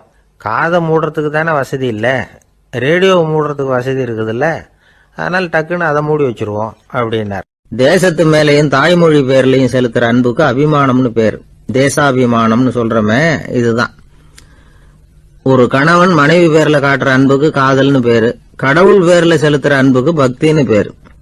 இப்படி அன்புல பல ரகம் இருக்கிறப்போ அதுல உள்ள வித்தியாசம் தெரியாம இடம் மாத்தி அன்பு காட்டினா இடைஞ்சல் தான். சரி, இந்த அன்பை பத்தி விஞ்ஞானம் என்ன சொல்லுது தெரியுமா? இதயத்தை பாதுகாக்கிறதுக்கு முக்கியமா தேவைப்படுற ஒண்ணு இந்த அன்புதான்னு சொல்லுது. நெதர்லாந்து விஞ்ஞானிகள் இதை ஆராய்ச்சி பண்ணியே கண்டுபிடிச்சிருக்கிறாங்க. கொஞ்சம் முயல் குட்டிகளை 2 பிரிவா பிரிச்சாங்க. 2 குரூப்புக்கும் கொழுப்பு அதிகமா உள்ள ஆகாரத்தையே கொடுத்துக்கிட்டு வந்தாங்க. ஆனா ஒரு குரூப்புக்கு வெறுமன ஆகாரத்தை கொடுத்ததோட சரி, இன்னொரு குரூப் முயல்களுக்கு ஆகாரம் கொடுத்ததோட நிறுத்திக்கல. அதுக்கு முன்னாடி கூண்டுகளை திறந்து விட்டு முயல்களை கொஞ்ச நேரம் எடுத்து கொஞ்சி விட்டு அதுக்கப்புறமா ஆகாரம் கொடுத்தாராம் ஆராய்ச்சியாளர். இந்த குரூப்புக்கு இதய பாதிப்பு 60% குறைச்சலா இருந்துதான். சில நோயாளிகளுக்கு ஹார்ட் அட்டாக் வந்தாலும் அதை தாங்கிக்கிட்டு குணமாகிற சக்தி அதிகமா இருக்குது. இது எப்படின்னு ஆராய்ச்சி பண்ணி பார்த்துருக்கிறாங்க. அவங்க எல்லாம் மனைவி தன் பேர்ல ரொம்ப அன்பா இருக்கிறதாக நினைக்கிறவங்களா இருக்கிறாங்களாம். இதய நோயாளிகள் பல பேரை சந்திச்சு இதய நோய் ஏற்பட என்ன காரணம்னு கேட்டிருக்கிறாங்க. அவங்க சொன்ன காரணம்லாம் சாப்பாடு சம்பந்தமா இல்லையா, மனைவி அன்பா இல்ல, இப்படிப்பட்ட காரணத்தை தான் சொல்றாங்களாம். அதனால இதயத்தை பாதுகாக்கணும்னு நினைக்கிறவங்க அடுத்தவங்க அன்பா இருக்கிறது மாதிரி பாத்துக்குங்க, அதுதான் முக்கியம். ஒருத்தர் முகம் பூரா பிளாஸ்டரி போட்டுட்டு வந்தார், ரொம்ப கோபமா. என்னங்க ஆச்சுன்னு விசாரிச்சேன். எல்லாம் உங்களால தான் சார்னார். விவரமா சொல்லுங்களேன். என்ன உங்க தகவலை கேட்டுட்டு ஒரு பூனைக்குட்டியை கையில எடுத்தேன், அன்பா அதை தடவி கொடுக்கறதுக்காக. ஆனா அது முந்திக்கிட்டது, அது என் முகத்தை தடவி கொடுத்துட்டுது, முகம் பூரா நகை கீறல், அதுதான் இப்படி அப்படின்னார். ஒருத்தர் ரொம்ப அவசரமா வந்தார். சார், மனுஷன் நிம்மதியா இருக்கிறதுக்கு என்ன வழின்னு கேட்டார். சீக்கிரமா ஒரு கல்யாணத்தை பண்ணீங்க, எல்லாம் சரியா போடும் அப்படின்னோம். அவர் ஒரு மாதிரியா பார்த்தார். ஏற்கனவே எனக்கு கல்யாணம் ஆயிட்டுது சார், அதனால தானே நிம்மதியா இருக்கிறதுக்கு வழி கேட்கறேன் அப்படின்னார். சரி, இவர் ஒரு மாதிரியான கேஸ் அப்படின்னு நினைச்சுக்கிட்டு நம்ம கிட்ட இருந்த ஒரு சின்ன புத்தகத்தை அவர்கிட்ட தூக்கி கொடுத்தோம். இதை படிச்சு பாருங்கன்னு. கல்யாணத்துக்கு பிறகும் சந்தோஷமா இருக்கிறதுக்கு என்ன வழி அப்படிங்கிற கேள்விக்கு அந்த புத்தகத்துல விளக்கம் இருந்தது. கணவன் மனைவிக்குள்ள சிக்கல் வராம இருக்கிறதுக்கு அதுல சில வழிகளை சொல்லி கொடுத்துருக்குறாங்க. அதெல்லாம் என்னென்ன அப்படிங்கறத இப்ப பாக்கலாமா? குடும்பம்னு இருந்தா கோபம் வரதான் செய்யும், அது வந்துட்டு போட்டும் பரவாயில்ல. ஆனா அந்த கோபம் ஒரே நேரத்துல ரெண்டு பேருக்கும் வந்துடாம பாத்துக்கணும். ஒரு சமயத்துல யாராவது ஒருத்தர் தான் கோபப்படணும், அடுத்தவங்க அமைதியா இருக்கணும். அதுக்கப்புறம் இவர் அமைதியான உடனே அவங்க ஆரம்பிச்சுக்கலாம். கோபமா ஏதாவது சொன்னா உடனே கோபமா பதில் சொல்லக்கூடாது. கொஞ்சம் பொறுத்து கோபம் தீர்ந்த உடனே அந்த பதில சொல்லலாம். அப்போ பதில் கோபமா இருந்தா கூட அது அவ்வளவு பெருசா தெரியாது. அற்ப விஷயத்துக்கெல்லாம் காய்ச்சி மூச்சுன்னு கத்திட்டு இருக்கக்கூடாது. உங்க ரெண்டு பேருக்குள்ள ஒரு தர்க்கம் ஆரம்பம் ஆயிட்டுதுன்னு வச்சுக்கோங்க, கடுமையா ரெண்டு பேரும் விவாதம் பண்றீங்க. உங்கள ஒருத்தர் இதுல ஜெயிக்கணும்னா அது நீங்களா இருக்க வேணாம், அடுத்தவங்க ஜெயிக்கிறதுக்கு நீங்க துணையா இருங்களேன். அப்படின்னா நீங்க கொஞ்சம் விட்டு கொடுக்கணும், அவ்வளவுதான்.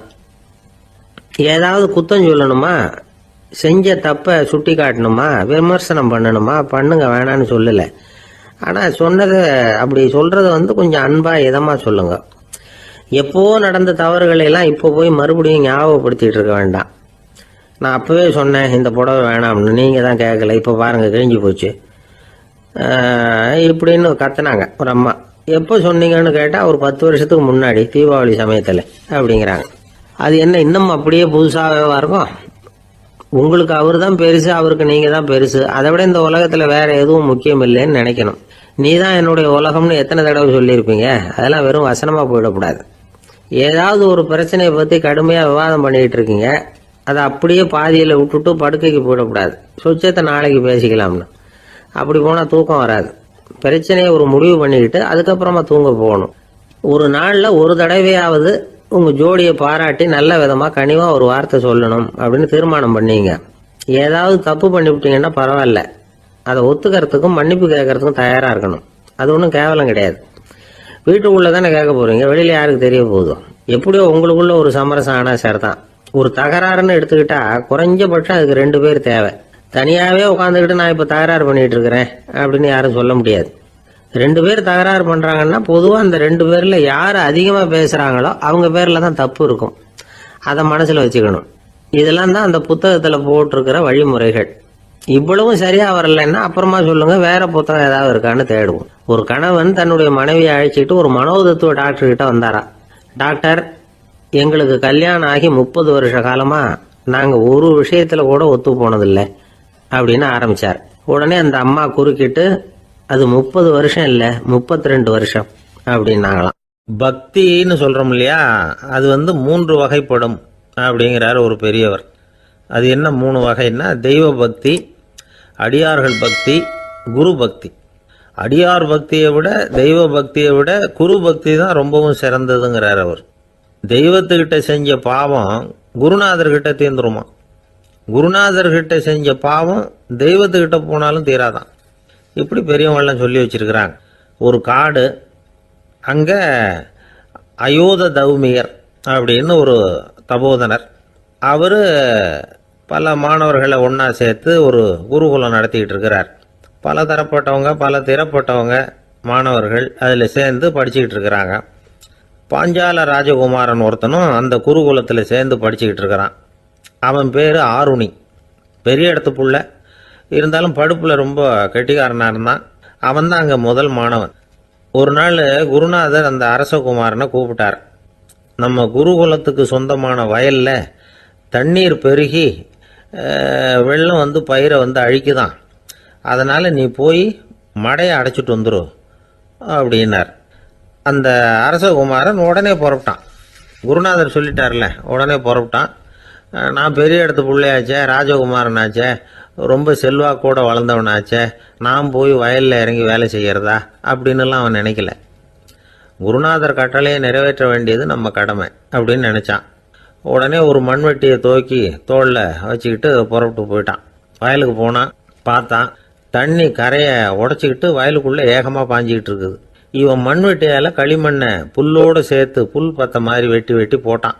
இருந்தாலும் மடையை அடைக்க முடியல. தண்ணி அதை மீறி வந்துக்கிட்டே இருக்குது. தண்ணி வந்து வேகமாக வயலுக்குள்ளே போய்கிட்டே இருக்குது. போடுற பத்தையெல்லாம் கரைஞ்சி கரைஞ்சி போயிட்டுருக்கு. இருந்தாலும் இவன் தன்னுடைய முயற்சியை கைவிடலை. வெட்டி வெட்டி போட்டுக்கிட்டே இருக்கிறான். காலையில் அங்கே போனவன் சாயந்தரம் வரைக்கும் இப்படி செஞ்சுக்கிட்டு இருக்கிறான். உடம்பும் மனசும் ரொம்பவும் சோர்ந்து போச்சு. இருந்தாலும் குருநாதர் இட்ட கட்டளையை நிறைவேற்றாமல் இருக்கிறோமேங்கிற ஒரு குறை அவனுக்கு இருக்குது. குரு கட்டளையை நிறைவேற்றாத நான் வந்து இன்னமும் இருக்கணுமா அப்படின்னு யோசனை பண்ண ஆரம்பிச்சிட்டான். என்ன செய்யலாம்னு பார்த்தான். நம்ம குருநாதர் இட்ட பணிக்காக இந்த உடம்பையே தியாகம் பண்ணலாம் அப்படின்னு முடிவு பண்ணான். தண்ணி பாயுதில் அதுக்கு குறுக்க விழுந்து அப்படியே மடையை அடைச்சிக்கிட்டு அப்படியே படுத்துட்டான். இது மற்றவங்களுக்கு தெரியாது. அன்னைக்கு ராத்திரி ஒரு விளக்கு முன்னாடி உட்காந்து குருநாதர் பிள்ளைங்களுக்கு பாடம் சொல்லி கொடுத்துக்கிட்டு இருக்கிறார். முதல் வரிசையில் இருக்கக்கூடிய ராஜகுமாரனை காணலை. நம்ம ஆருணி எங்கே போனா அப்படின்னு சொல்லி மற்ற மாணவர்களை விசாரித்தார். இப்போ அவங்க சொன்னாங்க, சுவாமி, அவன் காலையில் வயலுக்கு வந்து மடையை அடைக்கிறதுக்காக போனான், நீங்கள் தான் போக சொன்னீங்க, இன்னும் திரும்பி வரல அப்படின்னு அவர் பையன். குருநாதர் உடனே ஒரு தீவெட்டி எடுத்துக்கிட்டு மாணவர்களை அழைச்சிக்கிட்டு வயலுக்கு போனார். அங்கே போய் பார்த்தா ஆளை காணும். ஆருணி ஆருணின்னு சொல்லி சத்தம் போட்டு கூப்பிட்டு பார்க்குறார். நான் இங்கே இருக்கேன் குருநாதா அப்படின்னு காலுக்கு அடியிலேருந்து ஒரு சத்தம் வருது. குனிஞ்சு பார்த்தா அவன் மடையில் படுத்துருக்கிறான். என்னப்பா இதுன்னார். காலையிலேருந்து இந்த மடையை அடைச்சி பார்த்தேன் சுவாமி, முடியல, அதனால் இப்படி குறுக்க படுத்துட்டேன். என்னை தாண்டறதுக்கு பயந்து போய் தண்ணியே தேங்கி நின்றுட்டுது அப்படின்னா. அவனுடைய குரு பக்தியையும் அவனை தாண்டறதுக்கு அஞ்சு நிற்கிற தண்ணி தேக்கத்தையும் பார்த்துட்டு எல்லாரும் ரொம்ப ஆச்சரியப்பட்டு போயிட்டாங்களாம். ஆருணி எழுந்திரிச்சு வா அப்படின்னு கூப்பிட்டாரான் குருநாதர். அவன் தண்ணீரை பொழந்துக்கிட்டு எழுந்திரிச்சு வந்தானான். அதனால அவனுக்கு வந்து உத்தாலகன் அப்படின்னு ஒரு பேர். உத்தாலகன்னா தண்ணீரை பிளந்தவன் அர்த்தம். அந்த உத்தாலகன் மாதிரி இந்த காலத்து மாணவர்களுக்கும் குரு பக்தி வேணும் அப்படின்னு சொன்னோம் ஒரு பள்ளிக்கூடத்தில். உடனே நிறைய மாணவர்கள் எழுந்திரிச்சு நின்னாங்க. சார், நீங்கள் எங்களை வந்து இன்னமும் சரியாக புரிஞ்சுக்கலன்னு நினைக்கிறோம். அன்னைக்காவது ஒருத்தன் அப்படி இருந்தான், இன்னைக்கு ஏகப்பட்ட உத்தாலகர்கள் இருக்கிறோம். எங்கள் வாத்தியார் கட்டளை இட்டா இப்போவே அது மாதிரி வயலுக்கு போய் மடையில் குறுக்கப்படுத்துக்கிறதுக்கு இந்த வகுப்பில் உள்ள அத்தனை பேரும் தயாராக இருக்கிறோம் அப்படின்னாங்க. அப்படியா அப்படின்னு சொல்லி கேட்டோம் ரொம்ப சந்தோஷமாக. ஒருத்தன் ரொம்ப அடக்கமாக எழுந்திரிச்சான். அப்புறம் சொன்னான், ஆமாம் சார், வகுப்பில் வந்து இவர் நடத்துகிற பாடத்தை கேட்டுக்கிட்டு இருக்கிறத விட பேசாமல் போய் மடையில் படுத்துடுறது ஒன்றும் கஷ்டமான காரியமாக இருக்காது, அதனால தான் எல்லாரும் அங்கே போகிறேன்னு சொல்கிறோம் அப்படிங்கிறான். அரசனும் அமைச்சரும் ஒரு நாள் ரொம்ப சாவகாசமாக பேசிக்கிட்டு இருந்தாங்களாம். அரசன் அமைச்சரை பார்த்து ஒரு கேள்வி கேட்டிருக்கார். ஏங்க அமைச்சரே, ஆசை இல்லாத ஒரு மனுஷனால் இருக்க முடியுமா அப்படின்னு. ஏன் முடியாது, துறவி அப்படிங்கிறவங்கெல்லாம் அப்படிப்பட்டவங்க தானே அப்படின்னாராம் அமைச்சர். அவங்கெல்லாம் உண்மையிலேயே ஆசையை விட்டவங்க தானா அப்படின்னு கேட்டாராம் ராஜா. அப்படி தான் இருக்கணும் அப்படின்னாராம் அமைச்சர். அப்படின்னா ஆசையே இல்லாத ஒரு உண்மையான துறவியை நான் பார்க்கணுமேன்னார். அது என்ன பிரமாதம், அதுக்கு நான் ஏற்பாடு பண்ணுறேன் அப்படின்னு விட்டார் இவர். சொல்லிவிட்டு உடனே புறப்பட்டு போனார். அங்கே எங்கே தேடினார். அப்புறம் தான் அவருக்கு புரிஞ்சுது உண்மை துறவியை கண்டுபிடிக்கிறது எவ்வளவு கஷ்டமான காரியம்னு. இருந்தாலும் ராஜா கிட்ட சொல்லியாச்சே உண்மை துறவியை காட்டுறேன்னு. இப்போ என்ன பண்ணுறது, ராஜா கிட்ட சொன்னபடி நடக்கலைன்னா அவருக்கு கோவம் வந்துடும். அமைச்சர் ஒரு யோசனை பண்ணார். அவருக்கு ஒரு வழி தெரிஞ்சுது. அதுதான் சரின்னு முடிவு பண்ணார். அதாவது அந்த ஊரில் அவருக்கு தெரிஞ்ச நாடக நடிகர் ஒருத்தர் இருக்கிறார், நல்லா நடிப்பார். அவரை போய் பார்த்தார். இதை பாருப்பா, எனக்காக நீ ஒரு காரியம் செய்யணும்னார். என்னன்னு கேட்டார் அவர். நீ ஒரு துறவி மாதிரி கொஞ்ச நேரத்துக்கு நடிக்கணும். ராஜா வந்து உன்னை பார்த்துட்டு போகிற வரைக்கும் நடி, அது போதும். அதுக்காக உனக்கு 10,000 ரூபா தரேன் அப்படின்னார். அவர் எந்த காலத்தில் இவ்வளவு பணத்தை மொத்தமாக பார்த்துருக்கார். அதனால் உடனே சரின்னு ஒத்துக்கிட்டார். அமைச்சர் வந்து அரண்மனைக்கு திரும்பி வந்தார். என்ன அமைச்சரே, இன்னுமா ஒரு உண்மையான துறவி கிடைக்கலன்னார். உண்மையான துறவி ஒருத்தரை இப்போ தான் கொஞ்ச நேரத்துக்கு முன்னாடி பார்த்து பேசிவிட்டு வர்றேன். அவர் நம்ம ஊருக்கு வெளியில் குளத்தங்கரையில் உள்ள ஒரு ஆலமரத்துக்கு அடியில் உட்காந்துருக்கிறார் அப்படின்னார் இவர்.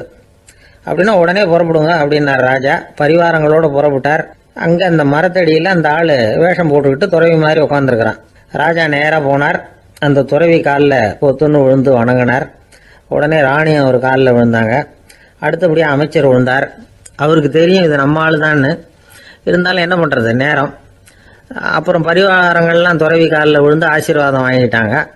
ராஜா அப்புறமா தங்கத்தட்டில் பொண்ணையும் பொருளையும் வச்சு அந்த துறவிகிட்ட ரொம்ப பணிவாக நீட்டுறார். தாங்கள் தயவு பண்ணி இதை ஏற்றுக்கணும் அப்படின்னு வேண்டிக்கிட்டார்.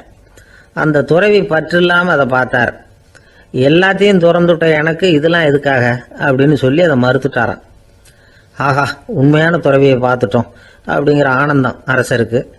ரொம்ப நிம்மதியாக திருப்தியாக திரும்பி வந்தார் அரண்மனைக்கு. அதுக்கப்புறம் அமைச்சர் யாருக்கும் தெரியாமல் அந்த துறவிகிட்ட ஓடினார்.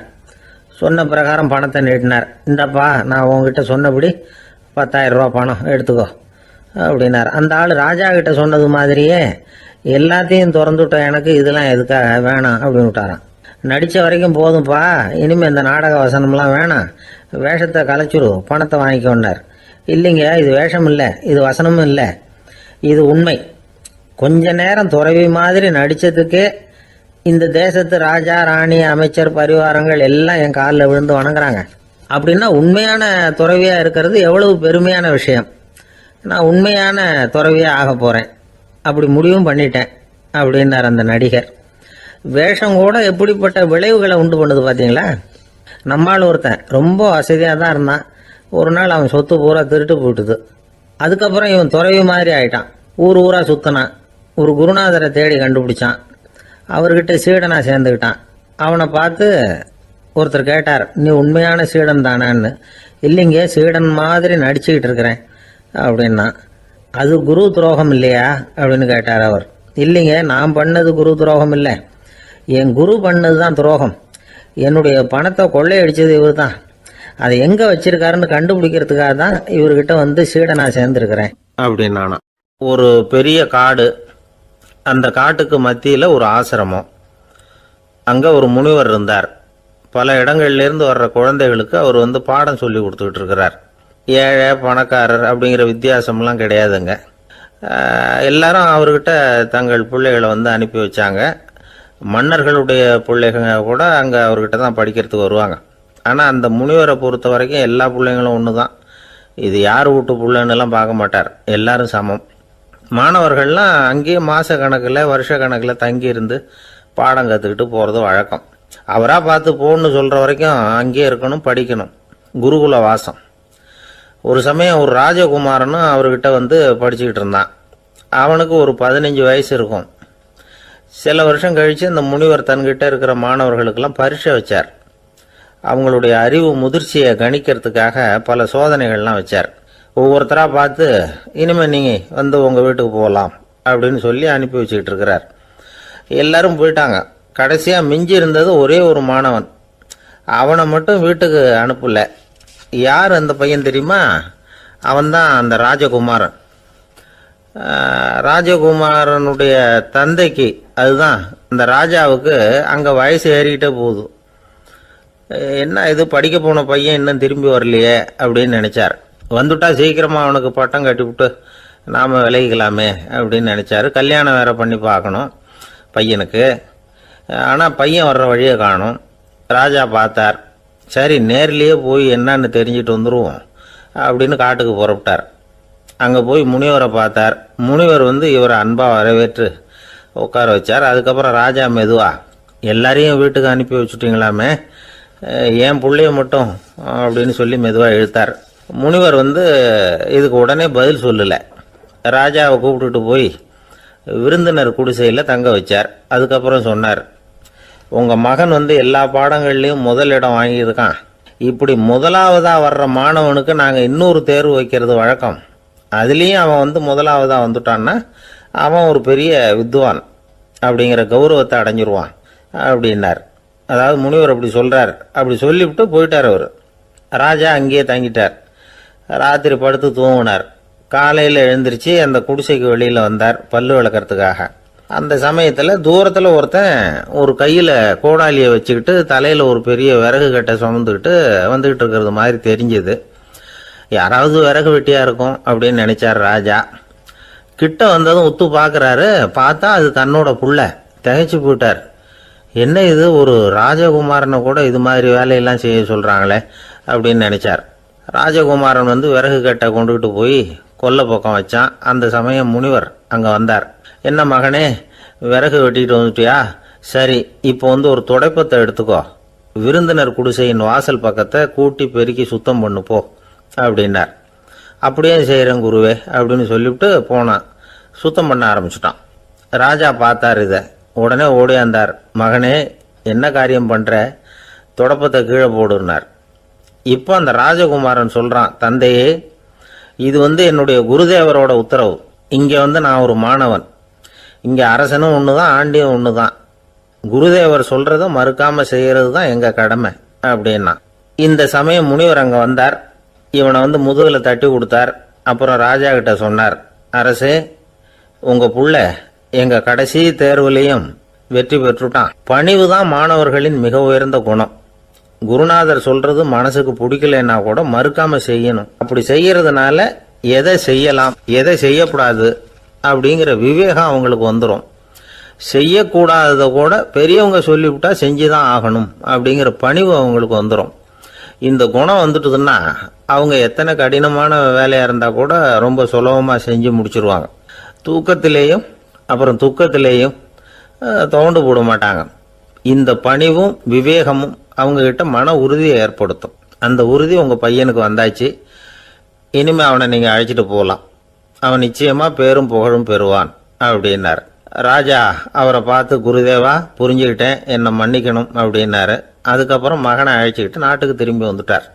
இந்த கதையை இன்று ஒரு தகவலில் சொல்லுங்க சார், உங்க நிகழ்ச்சியில் சொல்லுங்க சார் அப்படின்னு சொல்லி மாணவர்கள் கேட்டா பணிவா இருக்கிறது எப்படி அப்படிங்கிறத புரிஞ்சுக்குவாங்க அப்படின்னு சொன்னார் ஒருத்தர். சரி சொல்லுவோம், அதுக்கு முன்னாடி நேர்லயே ஒரு பையன்கிட்ட சொல்லி பார்க்கலாமே அப்படின்னு தோணுச்சு. உடனே ஒரு பையனை கூப்பிட்டோம். ஏன்பா, உங்க வாத்தியார் உனக்கு இது மாதிரி ஒரு பரீட்சை வச்சா என்ன பண்ணுவேன் அப்படின்னு கேட்டோம். நானும் அப்படிதான் சார் நடந்துக்குவேன், விறகு வெட்டுவேன், தொடப்பத்தினால கூட்டி சுத்தம் பண்ணுவேன், உடனே செஞ்சு முடிச்சிருவேன் சார் அப்படின்னா. பலே பரவாயில்லையே அப்படின்னோம். ஆமாம் சார், அப்படி செஞ்சாதானே வீட்டுக்கு அனுப்புவார், இல்லைன்னா இன்னொரு வருஷம் இங்கேயே இருந்து படின்னு சொல்லி விடுவாரு, அதனால அப்படி செய்வேன் அப்படிங்கிறான் அந்த பையன். ஒரு ஊர்ல ஒரு ராஜா இருந்தார். பெரிய அரண்மனையில தான் இருக்கிறார். எல்லா வசதியும் இருந்தது. இருந்தாலும் அவர் எல்லாரும் சொல்றது எப்படி தெரியுமா, பிச்சைக்கார ராஜா. அப்படி ஒரு பேர் அவருக்கு நிலைச்சு போச்சு. ஜனங்களும் சரி, மற்ற தேசங்களில் உள்ளவங்களும் சரி, அவர் அந்த பேர் சொல்லியே குறிப்பிடுறது வழக்கமாக போட்டுது.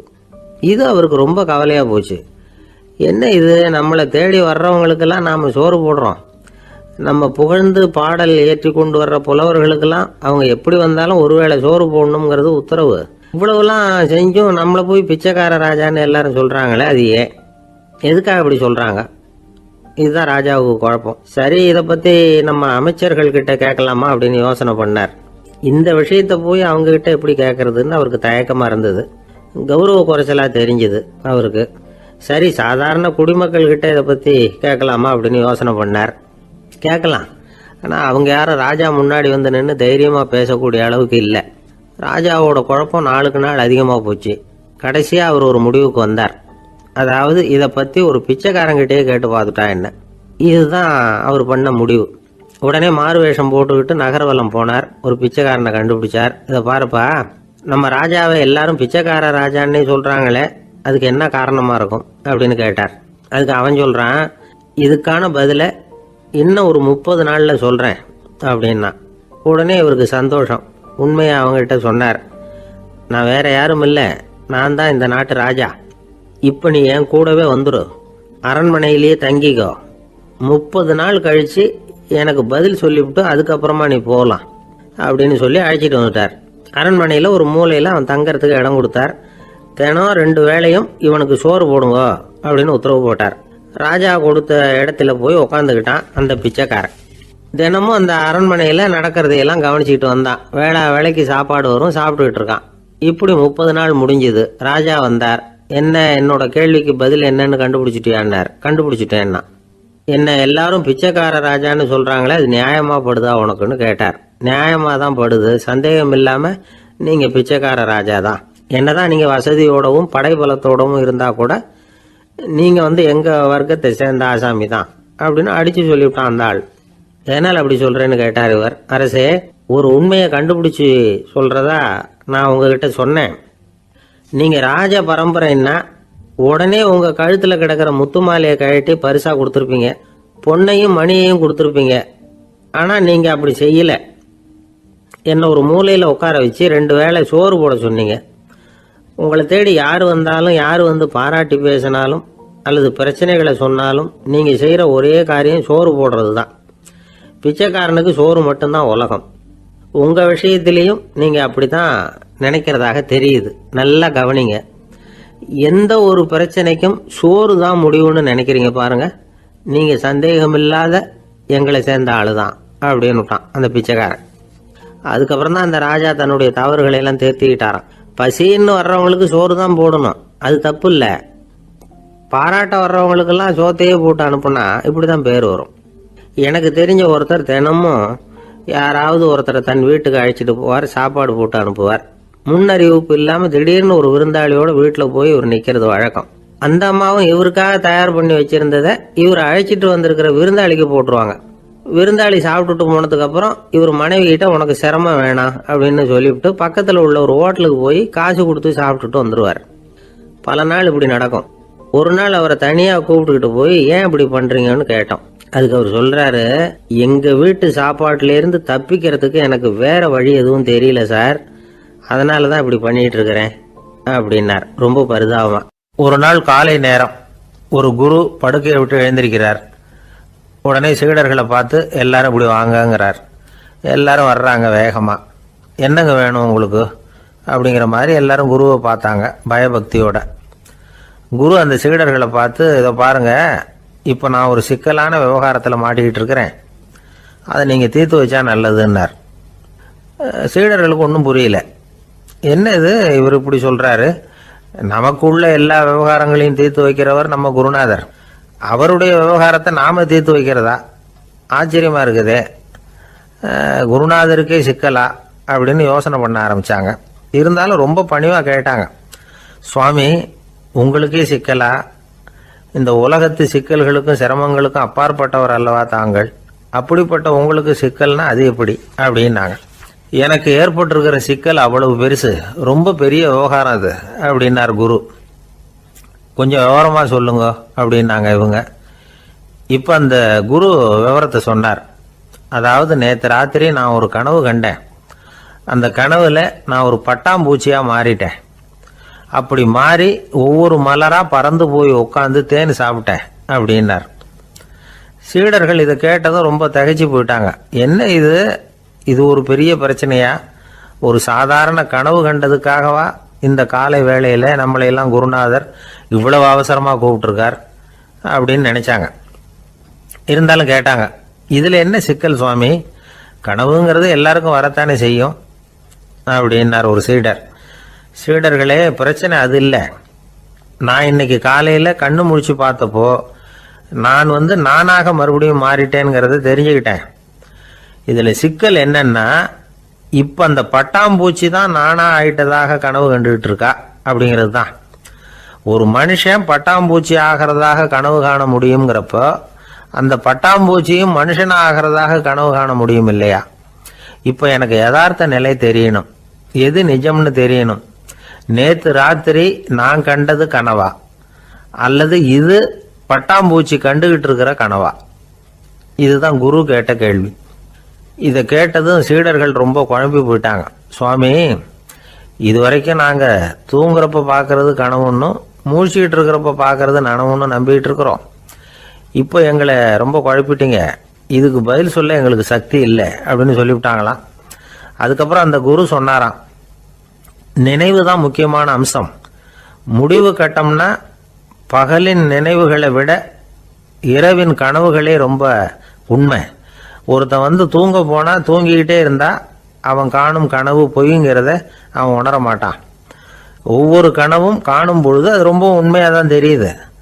ஒரு கனவு கூட உண்மை இல்லைன்னு கனவுல தோன்றுவதே இல்லை அப்படின்னார் குரு.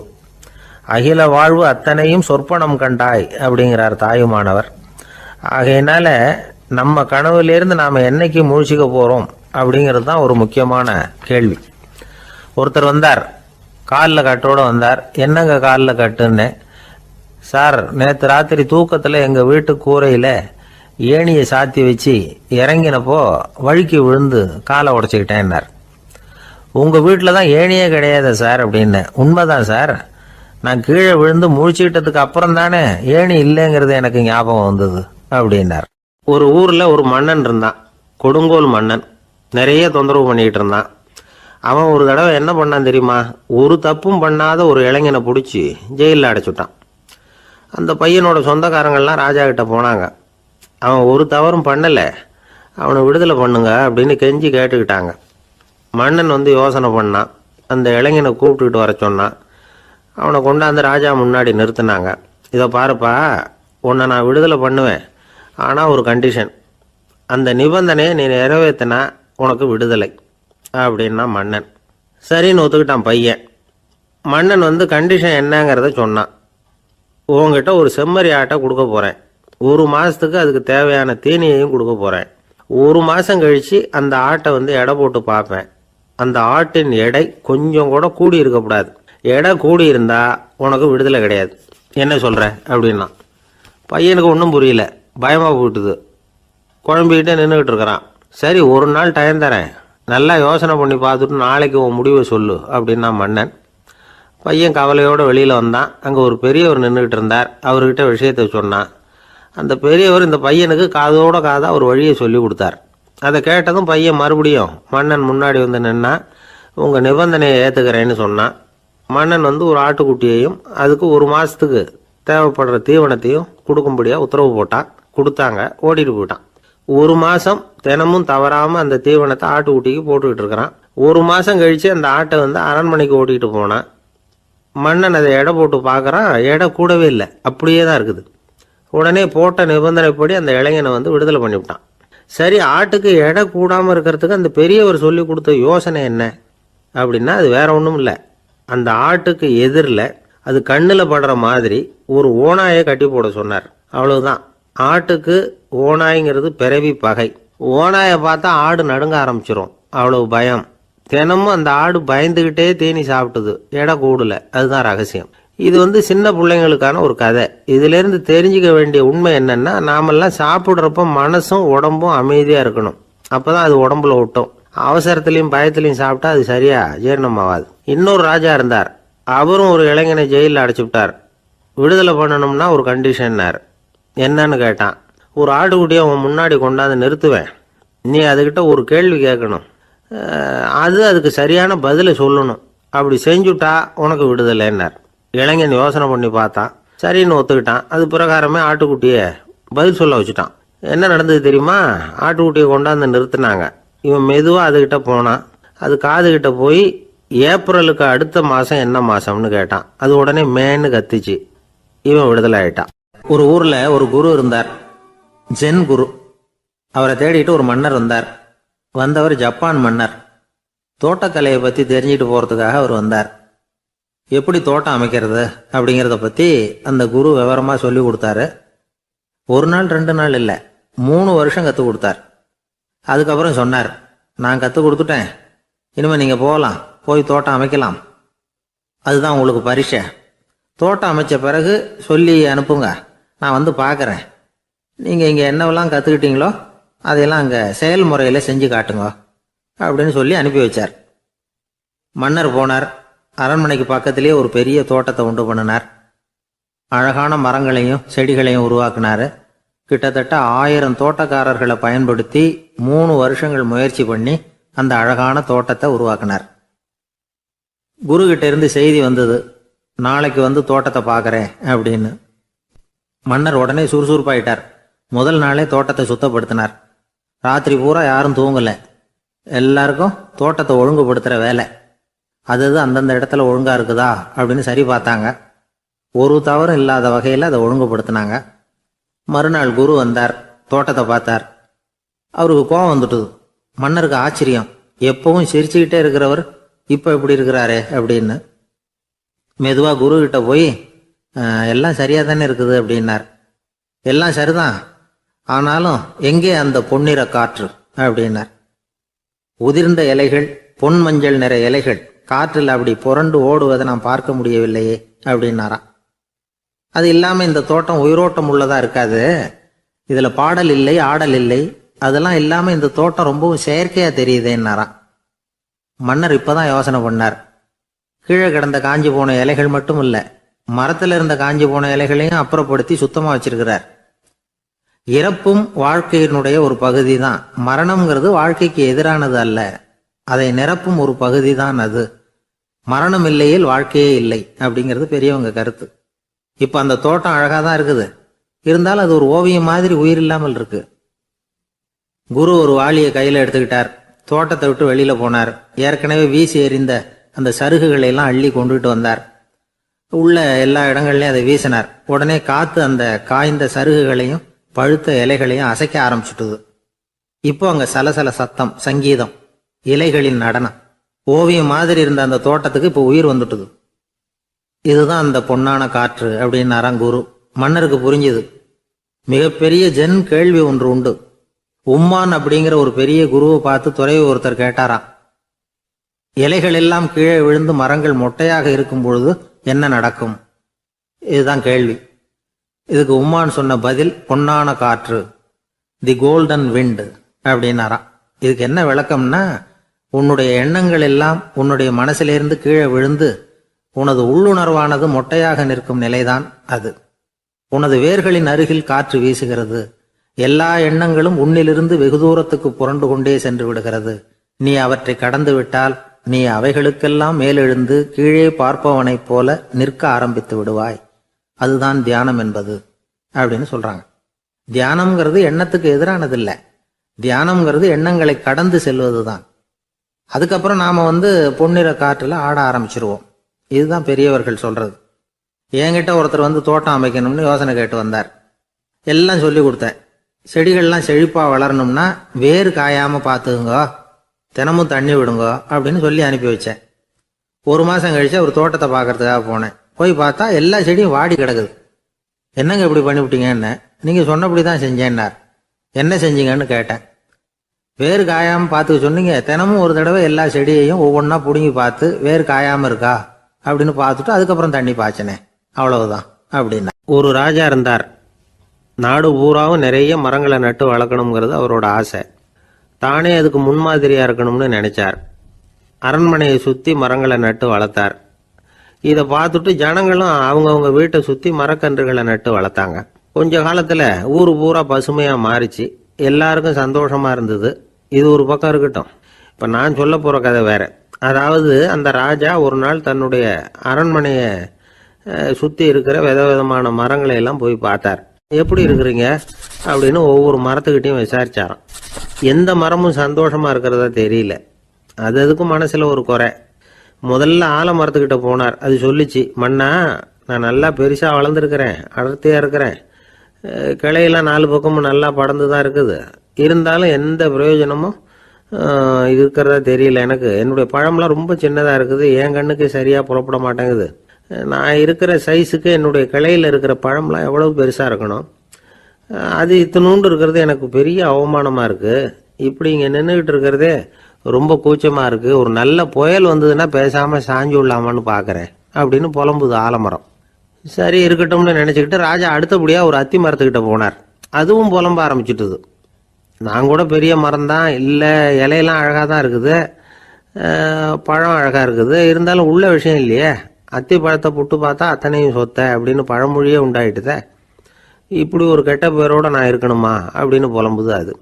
சரி இது இருக்கட்டும் அப்படின்னு சொல்லி அடுத்தபடியாக வேப்ப மரத்துக்கிட்ட போனார். அது தன்னுடைய வேதனையை வெளியிட்டது. எனக்கு எவ்வளவோ மருத்துவ குணங்கள்லாம் இருக்கிறதா சொல்லிக்கிறாங்க, இருந்தாலும் என்ன பிரயோஜனம், என்னுடைய பழத்தை மனிதர்கள் யாரும் விரும்பி சாப்பிட்றது இல்லையே அப்படின்னுது. ராஜா அடுத்தாப்புல இருந்து ஒரு பனை மரத்துக்கிட்ட போனார். நான் நல்லா உயரமாக தான் வளர்ந்துருக்கிறேன், மற்ற மரங்கள்லாம் என்னை அண்ணாந்து தான் பார்க்கணும், இருந்தாலும் என்கிட்ட நிழலுக்காக யாரும் ஒதுங்கிறது இல்லையே அப்படின்னுது. என்ன இது எல்லா மரமும் இப்படி திருப்தி இல்லாமல் இருந்துகிட்டு இருக்குதே அப்படின்னு நினச்சிக்கிட்டே ராஜா அடுத்தபடியாக அங்கே இருந்த ஒரு பைன் மரத்துக்கிட்ட போனார். அழகாக உயரமாக பசுமையாக தான் இருந்தது, ஆனால் பழமோ பூவோ கிடையாது. அதை நினச்சி அது வருத்தப்பட்டுக்கிட்டு இருக்குது. ஓக் மரம் அது ஒன்று நின்றுட்டு இருந்தது. அது என்ன சொல்லிச்சுன்னா, இலையுதிர் காலத்தில் என் மேலே இருக்கிற எல்லா இலைகளும் உதிர்ந்து போடுது, முடி கொட்டின மனிதர்கள் மாதிரி மொட்டையாக நான் நிற்க வேண்டி இருக்குது, என்ன வாழ்க்கை இது அப்படின்னு சொல்லி அழுத்துக்கிட்டது. சரி புளிய மரம் என்ன சொல்லுது பார்ப்போம்னு அதுகிட்ட போனால், என்னுடைய நிழலில் யாருமே தங்க மாட்டாங்க, உடம்புக்கு சூடுன்னு ஒதுங்கி போயிடுவாங்க, அடிமரத்தை பார்த்தீங்கன்னா பட்டையெல்லாம் உறிஞ்சி பார்க்கறதுக்கே கேவலமாக இருப்பேன் அப்படின்னுது அது. முருங்கை மரம் என்ன சொல்லிச்சு தெரியுமா, என்னுடைய இலை காயெல்லாம் சாப்பிட்றவங்களுக்கு சத்து கொடுக்கறது வாசவம்தான், ஆனால் என் உடம்புல சத்தே கிடையாது, கொஞ்சம் வேகமாக காற்று அடிச்சதுன்னா முறிஞ்சி விழுந்துடுறேன், என்ன வாழ்க்கை இது அப்படின்னு சொல்லி அது வருத்தப்பட்டது. ராஜா யோசனை பண்ணார், என்ன இது மரங்கள் பூமியின் வரங்கள்னு சொல்கிறோம், மழை பெய்யறதுக்கு அதுதான் காரணம், பூமி செழிப்பாக இருக்கிறதுக்கும் அதுதான் காரணம், வீடு கட்டுறதுக்கு மரம், நாற்காலி செய்ய உபயோகப்படுத்துறதுக்கும் அதுதான் உபயோகப்படுது, மனுஷனுக்கு வேண்டிய ஆகாரங்களையும் கொடுக்குது, இப்படிலாம் இருந்தும் எல்லா மரமும் நிம்மதி இல்லாமல் இருந்துகிட்டு இருக்குதே அப்படின்னு நினைச்சார். அப்போ அங்கே இருந்த ஒரு மகிழ மரம் அவர் கண்ணில் பட்டுது. அந்த மரம் மட்டும் கொஞ்சம் நிம்மதியாக மகிழ்ச்சியாக இருக்கிறது மாதிரி தெரிஞ்சுது. உடனே ராஜா அதுகிட்ட போனார். உனக்கு மனசில் எதுவும் குறை இல்லையான்னு கேட்டார். இல்லை, நான் சந்தோஷமாக தான் இருக்கேன்னு அந்த மகிழ மரம். அப்படியான்னு ஆச்சரியமாக கேட்டார் ராஜா. ஆமாம் மன்னா, இந்த இடத்துல நீங்கள் ஒரு முருங்கை மரத்தையோ வேப்ப மரத்தையோ கூட நட்டிருக்கலாம், ஆனால் இந்த இடத்துல நடுறதுக்கு என்ன தேர்ந்தெடுத்திருக்கிறீங்க, அதுவே எனக்கு பெருமை, அதுவே எனக்கு திருப்தி அப்படின்னு தான் மகிழ மரம். மகிழ மரம் சாதாரணமாக தான் இருக்கும், இளம் மஞ்சள் நிறத்தில் பூக்கள், அது காய்ந்தும் மனம் வீசும். மகிழ மரம் மாதிரி மன திருப்தியோடு வாழறதுக்கு நாம் கற்றுக்கணுமா. நாம் இந்த உலகத்தில் ஒரு நாயாவோ நரியாவோ கூட பிறந்திருக்கலாம், மனுஷனாக பிறந்திருக்கிறோம், அதுவே பெருமை தானே. இந்த நிறைவு தான் மகிழ்ச்சியின் ரகசியம். ஒரு பையன் அப்பா கிட்ட போய், அப்பா நீங்கள் இந்த உலகத்தில் ஒரு மனுஷனாக பிறந்தது என்னோட அதிர்ஷ்டம் நானா. ஏண்டா அப்படி சொல்கிறேன்னு இருக்கார் அப்பா.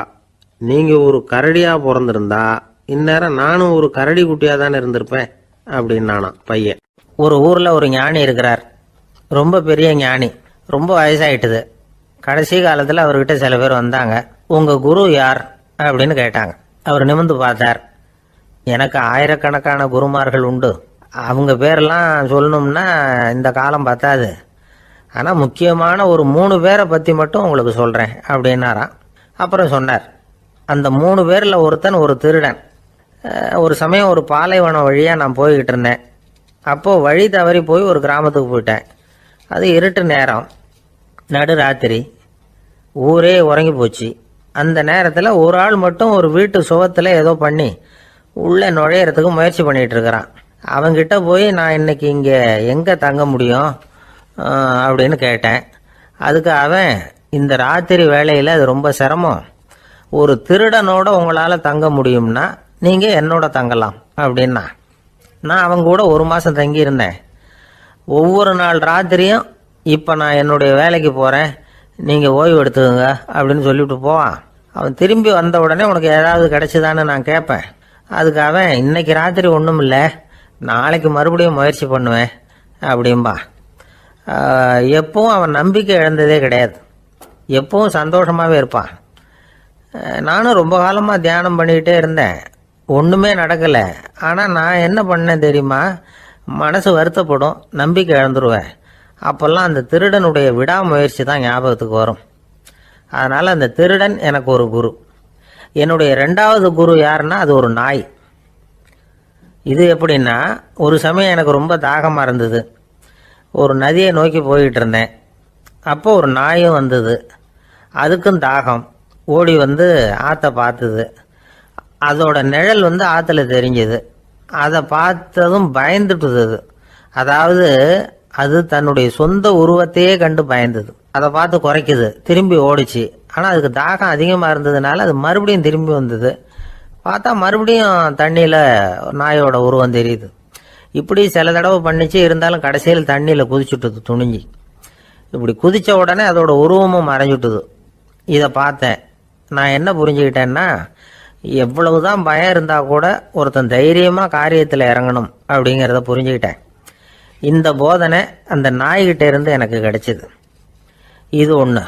அடுத்தது, என்னுடைய 3வது குரு யாருன்னா, அது ஒரு சின்ன குழந்தை. நான் ஒரு சமயம் ஒரு நகரத்துக்கு போனேன்.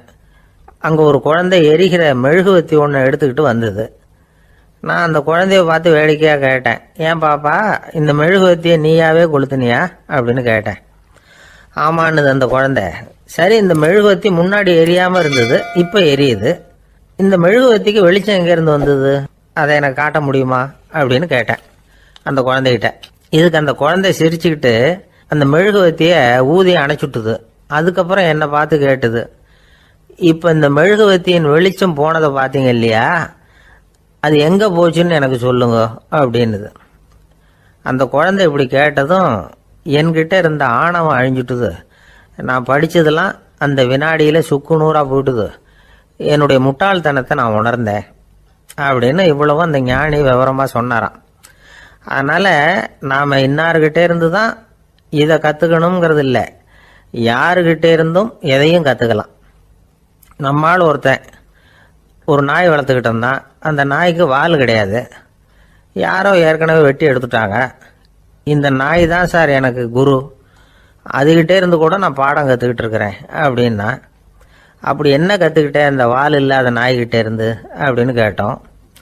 நாம் யாருக்கிட்டையும் வாலாட்டக்கூடாது அப்படிங்கிற பாடத்தை அதுகிட்டே இருந்து தான் நான் கற்றுக்கிட்டேன் அப்படின்னா. ஒரு வயசான ஆள் நிலத்தில் ஏறு உழுதுகிட்டு இருந்தாராம். கிழிஞ்சு போன ஒரு சின்ன துண்டை தான் இடுப்பில் கட்டியிருந்தாராம். தலையில் ஒரு கந்தலை சுற்றி இருந்தார். உடம்பு பூரா சேரு, ரொம்ப ஏழை. ஏறு ஓட்டிகிட்டு இருக்கிறவர் வேற எப்படி இருப்பார்? இருந்தாலும் அந்த ஆள் ரொம்ப ஜாலியாக பாட்டு பாடிக்கிட்டே ஏறு உழுதுகிட்டு இருந்தாராம். உடம்புல தான் அவர் ஏழையை தவிர மனசில் ஒரு ஏழையா தெரியல. அந்த சமயத்தில் அந்த நாட்டு ராஜா அந்த பக்கமாக குதிரை மேலே வந்தாராம். வேட்டைக்கு போயிட்டு பரிவாரங்களோடு திரும்பி வந்துகிட்டு இருக்கிறார். ரொம்ப செல்வ செழிப்புல இருக்கிற ராஜா அவர். அவரு இந்த வயசான விவசாயியை பார்த்துருக்கார். இந்த ஆள் ரொம்பவும் ஏழைங்கிறது அவர் பார்த்தாவே பளிச்சுன்னு தெரியுது. கட்டிக்கிறதுக்கு நல்ல துணி இல்லை, உடம்போ இழைச்சி போயிருக்குது, வயிறு முதுகில் போய் ஒட்டிகிட்டு இருக்கு, கண்ணு குழு விழுந்து போயிருக்குது. ஆனாலும் முகத்தை பார்த்தா சந்தோஷமா இருக்கிற மாதிரி இருக்கு. இவ்வளவு உற்சாகமா பாடிக்கிட்டு இருக்கிறாரே அப்படின்னு ஆச்சரியமா நினைச்சு பார்த்தார் அந்த ராஜா. சரி, அவர்கிட்ட கொஞ்சம் பேச்சு கொடுத்து பார்க்கலாம் அப்படின்னு முடிவு பண்ணார். ஐயா பெரியவரே, இப்படி கொஞ்சம் வர முடியுமான்னாராம். பொழுது போறதுக்குள்ள நான் இந்த வயல் பூரா உழவு ஓட்டி ஆகணும், அதனால பேசுறதுக்கு நேரம் இல்லை அப்படின்னாராம் அந்த பெரியவர்.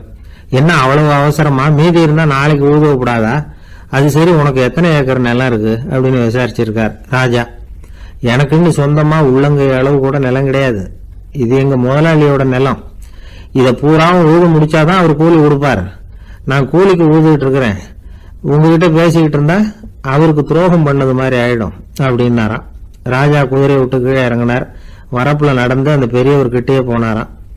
சரி, ஒரு நாள் பூரா உழுதா உனக்கு எவ்வளவு கூலின்னு கேட்டிருக்கார். 8 அணா கூலி கிடைக்கும்னாராம் அவர். இது ரொம்ப காலத்துக்கு முன்னாடி நடந்த ஒரு சம்பவங்கிறதுனால அப்ப 8 அணா கூலிங்கிறது ரொம்ப பெருசு. இருந்தாலும் அதுவும் அந்த ராஜாவுக்கு பெரிய கூலியா தெரியல. இவ்வளவுதானா, இதை வச்சுக்கிட்டு நீ எப்படி காலம் தள்ளுற அப்படின்னாராம். ஒன்னும் கவலை இல்லை அப்படின்னாராம் அவரு. ராஜாவுக்கு ரொம்ப ஆச்சரியமா போச்சு. 8 அணா கூலி வாங்குற இந்த ஆளு கவலை இல்லாம இருக்கிறார், ஏராளமான வசதியோட இருக்கிறன்னா கவலை இல்லாம வாழ முடியலையே அப்படின்னு நினைச்சு பார்த்திருக்கார். அது சரி, 8 அணாவில் எப்படி குடும்பம் நடத்துற அப்படின்னு கேட்டாராம்.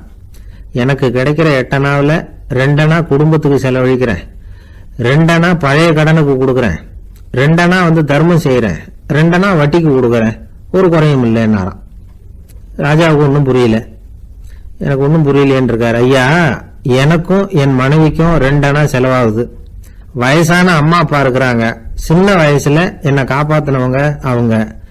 அந்த கடனுக்கு 2 அணா செலவாகுது, அது பழைய கடன். என் தங்கச்சி ஒருத்தி ஆதரவு இல்லாத நிலைமையில தன்னுடைய மகனோட என் வீட்டுல இருக்கிறா. அவளுக்கும் அவள் மகனுக்கும் 2 அணா செலவு பண்றேன், அது தர்மம். எனக்கு 2 பிள்ளைங்க இருக்கிறாங்க, அவங்களுக்கு 2 அணா செலவு பண்றேன், அது வட்டிக்கு கொடுக்கறது மாதிரி. பிற்காலத்துல அவங்க எங்களை காப்பாத்துவாங்க. அந்த வகையில நான் திருப்தியோட வாழ்ந்துகிட்டு இருக்கிறேன் அப்படின்னாராம். ராஜாவுக்கு அர்த்தம் புரிய ஆரம்பிச்சுதான். அந்த பெரிய நிலத்தை விலை கொடுத்து வாங்கி அந்த பெரியவருக்கே தானமா கொடுத்துட்டாராம். இப்போ ஊழவருக்கே நிலம் சொந்தமாயிட்டுது. அன்னையிலிருந்து அரசனுக்கும் ஆறுதல் கிடைச்சுதான். இப்படி ஒரு கதை சொல்லுவாங்க. எட்டனா வருமானத்தை வச்சுக்கிட்டு எப்படி காலத்தை தள்ளுறதுன்னு சொல்றதுக்காக இந்த கதையை சொல்றதாக யாரும் தப்பா நினைச்சுக்க கூடாது. கிடைக்கிறத எப்படி பங்கு போடுறார், எப்படி திருப்தியா வாழறார் அப்படிங்கிறது தான் முக்கியம். அது மாதிரி இன்றைக்கு இந்த பொங்கல் திருநாள்ல உழவர்கள் மனசு மகிழ்ச்சியா இருந்ததுன்னா அது எல்லாரும் மகிழ்ச்சியா இருக்கிறது மாதிரி அர்த்தம். அதனால அவர்கள்ட்ட இருந்து நாம பாடம் கத்துக்கணும். சில உழவர்கள் தங்கள் நிலத்துல விளையறத தாங்கள் சாப்பிட மாட்டாங்க. அடுத்தவங்கள்ட்ட வித்துட்டு சந்தையில போய் வேற அரிசி வாங்கிட்டு வந்துதான் இவங்க சாப்பிடுவாங்க. அப்படிப்பட்ட விவசாயிகள்லாம் இது உண்டு. பங்கிடுகிற பண்பை உழவர்கள்ட்ட இருந்து கற்றுக்கொள்ளுங்கள் அப்படிம்பாங்க. ஒரு ஆள் நிம்மதியா மகிழ்ச்சியா இருந்தானா உங்க நிம்மதிக்கும் மகிழ்ச்சிக்கும் என்ன காரணம்னு கேட்டிருக்காரு இன்னொருத்தர். என்கிட்ட இருந்தது பூராவையும் என் பிள்ளைங்களுக்கு சமமா பங்கு போட்டு கொடுத்துட்டேன், எனக்குன்னு எதுவுமே வச்சுக்கல, அதுதான் நிம்மதிக்கு காரணம்னு இருக்கான். உங்ககிட்ட இருந்தது எவ்வளவு இருந்தது அப்படின்னு கேட்டிருக்காரு அவரு. மொத்தமா ஒரு 50,000 ரூபாய் இருக்கும் அப்படின்னு இருக்கான். அவ்வளவும் பணமாவே இருந்ததா அப்படின்னு கேட்டிருக்காங்க அவங்க. இல்லைங்க, அவ்வளவும் கடன், அதை தான் பிரிச்சு கொடுத்துருக்கேன் பிள்ளைங்க கிட்ட அப்படின்னு நானும். அவன் ஒரு ஊர்ல ஒரு பெரிய ஞானி இருந்தார். அவர் படுக்கையில இருந்தார். இன்னும் கொஞ்ச நேரம்தான் அவர் இந்த உலகத்தில் இருக்க போறார். அவரை சுத்தி ஏகப்பட்ட கூட்டம். ஏற்கனவே அவருடைய உபதேசங்களை கேட்டவங்க பல பேர் அவரை சுத்தி நிக்கிறாங்க. அந்த ஞானி மெதுவா கண்ணை திறந்து பார்க்கிறார். எல்லாரும் அவருடைய கடைசி வார்த்தையை கேட்கறதுக்காக அவளோட காத்துக்கிட்டு இருக்கிறாங்க. அந்த ஞானி மெதுவா பேச ஆரம்பிச்சார். நான் என்னுடைய வாழ்நாள் பூராவும் உங்களுக்கு நிறைய போதனைகள் சொல்லிக்கிட்டு இருக்கிறேன். பேரானந்தம், மகிழ்ச்சி, தியானத்தன்மை, இதை பற்றியெல்லாம் சொல்லியிருக்கிறேன். இப்போ நான் வேற ஒரு கரைக்கு போய்கிட்டு இருக்கிறேன். நான் இனிமேல் இந்த கரையில் இருக்க மாட்டேன். நீங்கள் நான் சொன்னதையெல்லாம் கேட்டீங்க, ஆனால் எதையும் நீங்கள் நடைமுறைப்படுத்தி பார்க்கல. எல்லாம் கேட்டதோட சரி, அதோட விட்டுட்டீங்க. அப்புறம் அதை தள்ளி போட்டுக்கிட்டே வந்துட்டீங்க. மேலும் அதை தள்ளி போடுறதுல எந்த பிரயோஜனமும் கிடையாது. இப்போ நான் போய்கிட்டு இருக்கிறேன், உங்களில் யாராவது என்னோட வர்றதுக்கு தயாரா அப்படின்னு கேட்டார். அவ்வளவுதான், யாரும் வாய திறக்கல. ஒரே மௌனம், சத்தமே இல்லை. ஒருத்தர் பார்த்துக்கிட்டே நிற்கிறாங்க. அந்த கூட்டத்தில் ஒரு ஆள் அந்த ஞானி கூடவே 40 வருஷத்துக்கு மேலே இருந்திருக்கிறான். அவனும் வாயை திறக்காம இன்னொருத்தன் முகத்தை பார்த்துக்கிட்டே நிற்கிறான். இந்த சமயத்தில் பின்னாடி நின்றுட்டு இருந்த ஒருத்தன் கையை தூக்கினான். ஞானி அவனை பார்த்தார். சரி, ஒருத்தனுக்காவது நம்மோட வர்றதுக்கு தைரியம் இருக்குது அப்படின்னு நினைச்சார். ஆனால் அந்த ஆள் என்ன சொன்னான் தெரியுமா? ஐயா, நீங்கள் கேட்குறப்போ நான் உடனே எழுந்திருக்கல, கையை மட்டும்தான் தூக்கினேன். என்ன காரணம்னா, நான் எப்படி அடுத்த கரைக்கு சேர்றதுங்கிறது தெரிஞ்சுக்கிறதுக்காகத்தான். அந்த விவரத்தை மட்டும் இப்போ உங்ககிட்ட இருந்து நான் தெரிஞ்சுக்க ஆசைப்படுறேன். ஏன்னா இப்போ நான் உங்கள் கூட வர்றதுக்கு தயாராக இல்லை. எவ்வளவோ காரியங்களை நான் இன்னும் இங்கே முடிக்க வேண்டி இருக்குது. வீட்டுக்கு ஒரு விருந்தினர் வந்திருக்கிறார். என்னுடைய இளைய மகனுக்கு கல்யாணம் பண்ணி வைக்கணும். அதனால் இன்னைக்கு உங்கள் கூட வர முடியாது. அது மட்டும் இல்லை, இப்போ உங்கள் கூட அடுத்த கரைக்கு வந்தால் திரும்பி வர முடியாதுன்னு வேற சொல்கிறீங்க. அதனால் இப்போ நான் வரல. இன்னொரு நாள் நிச்சயமாக நான் வர்றேங்க, உங்களை சந்திக்கிறேன். அதனால் இப்போ நீங்கள் இன்னொரு தடவை எங்களுக்கு விளக்கமாக சொல்லணும். ஏற்கனவே பல தடவை சொல்லியிருக்கிறீங்க. தயவு பண்ணி இப்போ ஒரு தடவை சொன்னீங்கன்னா சௌரியமாக இருக்கும். அந்த அடுத்த கரையை அடையிறது எப்படி, இப்போ ஒரு தடவை அதை விளக்கமாக சொல்லிட்டீங்கன்னா நல்லா ஞாபகப்படுத்திக்குவேன். அது சரியான சமயம் வர்றப்போ இது எனக்கு உதவியாக இருக்கும் அப்படின்னு நானும். ஆனால் உண்மை என்ன தெரியுமா? அந்த சரியான சமயம் வரவே இல்லை அப்படிங்கிறது தான் உண்மை. இப்படி அந்த கதை முடியும். இந்த கதை அந்த ஒரு ஆளுக்கு மட்டும் இல்லை, கிட்டத்தட்ட எல்லாருக்குமே அது பொருந்தும் அப்படிங்கிறாங்க விவரம் தெரிஞ்சவங்க. எல்லாருமே அந்த சரியான தருணத்துக்காக தான் காத்துக்கிட்டு இருக்கிறாங்களாம். அதுக்காக ஜோசியம் பார்க்குறாங்க, கைரேகை பார்க்குறாங்க, நாளைக்கு என்ன நடக்குங்கிற ஆவலில் எல்லாரும் காத்துக்கிட்டு இருக்கிறாங்க. ஆனால் அந்த ஒரு நாள் ஒருபோதும் வரப்போகிறதில்ல. நீங்கள் தள்ளி போடுறதுக்காக பல அர்த்தமில்லாத காரணங்களை தேடுறீங்க அப்படிங்கிறார் ஒரு ஞானி. காத்திருக்கிறதுலேயே நம்ம காலம் ஓடி போயிடுது. ஏன்னா இன்னைக்கு நாம் சிந்திக்கிறது நாளைக்கு நாம் சிந்திக்கிறது இல்லை. ஒவ்வொரு நாளும் ஒவ்வொரு மாதிரி போயிடுது.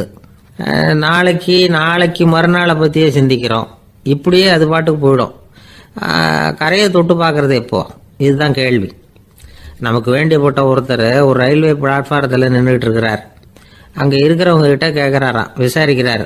ஏங்க கிழக்க போகிற ரயில் போயிட்டுதுங்களான்னாராம். போயிட்டுதுன்னு இருக்கிறாங்க. கொஞ்ச நேரம் கழிச்சு ஏங்க மேற்க போகிற ரயில் போயிட்டுதுங்களான்னு கேட்டிருக்காரு. போயிட்டுதுங்களான் இருக்காங்க. அப்புறம் கொஞ்ச நேரம் கழிச்சு மறுபடியும் ஏங்க 10:30 மணி வண்டி போயிட்டுதான்னு கேட்டிருக்காரு. தொடர்ந்து காலையிலேருந்து சாயந்தரம் வரைக்கும் இப்படி ஒரே இடத்துல நின்றுட்டு கேட்டுக்கிட்டே இருக்கிறார். இதை பார்த்துக்கிட்டு இருந்த ஒருத்தர் அவர்கிட்ட வந்து, ஏங்க நீங்கள் எங்கே போகணும் அப்படின்னு கேட்டாராம்.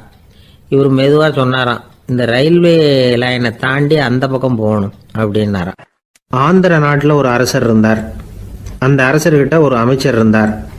அந்த அமைச்சர் பேர் ராயண பாஸ்கர். அவர் ஒரு பெரிய அறிவாளி. அது மட்டும் இல்லை, மிகச்சிறந்த கொடையாளி.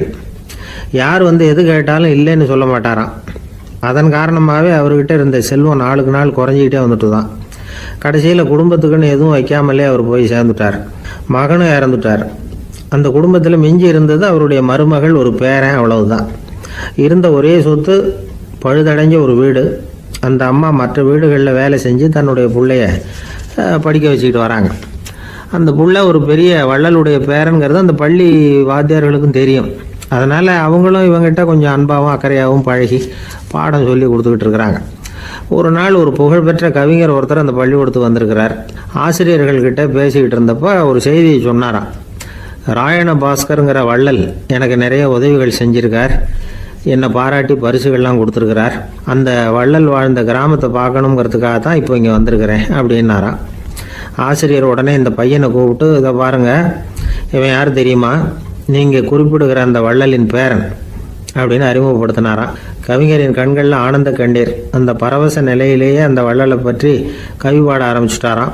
இந்த சின்ன பையன் அதை கேட்டிருக்கிறான். உடனே என்ன பண்ணான் தெரியுமோ, தன் கையில் அணிஞ்சிருந்த ஒரு பொன் வளையலை கழட்டி அந்த கவிஞருக்கு பரிசாக கொடுத்துட்டானோ. எல்லாருக்கும் ஆச்சரியம். தாத்தா இருக்கும் நிலையில் கொடுத்தார், பேரன் இல்லாத நிலையிலையும் கொடுக்குறான். பையனை எல்லாரும் பாராட்டினாங்களாம். இருந்தாலும் அவனுக்குள்ள ஒரு பயம் எதுவும் ஆரம்பமாச்சு. பள்ளிக்கூடம் விட்டு வீட்டுக்கு வரும்பொழுது அந்த பயம் இன்னும் அதிகமாயிட்டுது. அம்மா என்ன சொல்லுவாங்களோ தெரியலையே, ஏதோ திடீர்னு தோணிச்சு வளையல கட்டி கொடுக்கணும்னு கொடுத்துட்டோம். குடும்பம் இருக்கிற நிலையில இப்படி நான் செஞ்சது தப்பா, வீட்டு செலவுக்கே அம்மா எவ்வளவு கஷ்டப்படுறாங்க, வீட்டுக்கு போனதும் என்ன நடக்குமோ தெரியலையே அப்படின்னு நினச்சி பயந்துக்கிட்டே அவன் வீட்டுக்குள்ளே அடி எடுத்து வைக்கிறான். அம்மா கூப்பிட்டு சாப்பாடு போட்டாங்க. அவங்க கண்ணில் படக்கூடாதுங்கிறதுக்காக ஒரு கையை பின்னாடி மறைச்சிக்கிட்டே இருந்தான். அம்மா இதை கவனிச்சிட்டாங்க. ஏய், உன் கையை ஏன் அப்படி வச்சிருக்கிற, உன் கைக்கு என்னாச்சு, ஏதாவது அடிபட்டு போச்சா அப்படின்னு கேட்டுக்கிட்டே கையை எடுத்து பார்க்குறாங்க. வளையல காணலை. வளையல் எங்கே அப்படின்னு கேட்குறாங்க. இவன் தயங்கிக்கிட்டே நடந்ததை சொல்கிறான். அதை கேட்டதும் அந்த அம்மாவோட முகம் கோபத்தால் சவுந்து போச்சான். முட்டாளே, என்ன காரியம் பண்ண அப்படின்னு கன்னத்தில் அரைஞ்சிட்டாங்களாம். அம்மா, என்னை அடிக்காத, ஏதோ தெரியாமல் தப்பு பண்ணிட்டேன் அப்படின்ட்டுருக்கான். மகனே, வளையலை கொடுத்ததுக்காக நான் உன்னை அடிக்கலை அப்படிங்க, பின்ன எதுக்கு அடித்தேன்னு கேட்டிருக்கான். உன் பாட்டனார் வந்து ஒரு பெரிய வள்ளல், அவர் எதையும் பாதி வேலையை செய்யறதில்ல, அவருடைய பேரை நீ அரைகுறை வேலை செஞ்சுட்டு வந்திருக்கிற அப்படின்னாங்களாம். என்னம்மா சொல்கிறேன்ருக்கான். நீ ஒரே ஒரு வளையலை மட்டும்தானே கட்டி கொடுத்துருக்குற, கொடுக்கறதா இருந்தால் ரெண்டையும் சேர்த்துல கொடுத்துருக்கணும், அதுதானே உங்கள் தாத்தாவுக்கு பெருமை அப்படின்னாங்களாம். அம்மா, தெரியாமல் இப்படி செஞ்சுட்டேன், உங்கள்கிட்டையும் அரை வாங்கிட்டேன் அப்படி இப்படின்னு அவன் சொல்லியிருக்கிறான். இப்போ அம்மா கொஞ்சம் இருங்க, அந்த கவிஞர் இன்னைக்கு நம்ம ஊரில் தான் தங்கியிருப்பார், நாளைக்கு காலையில் தான் அவர் வந்து எங்கே இருக்காருன்னு விசாரித்து இன்னொரு வளையலையும் கொடுத்துட்றேன்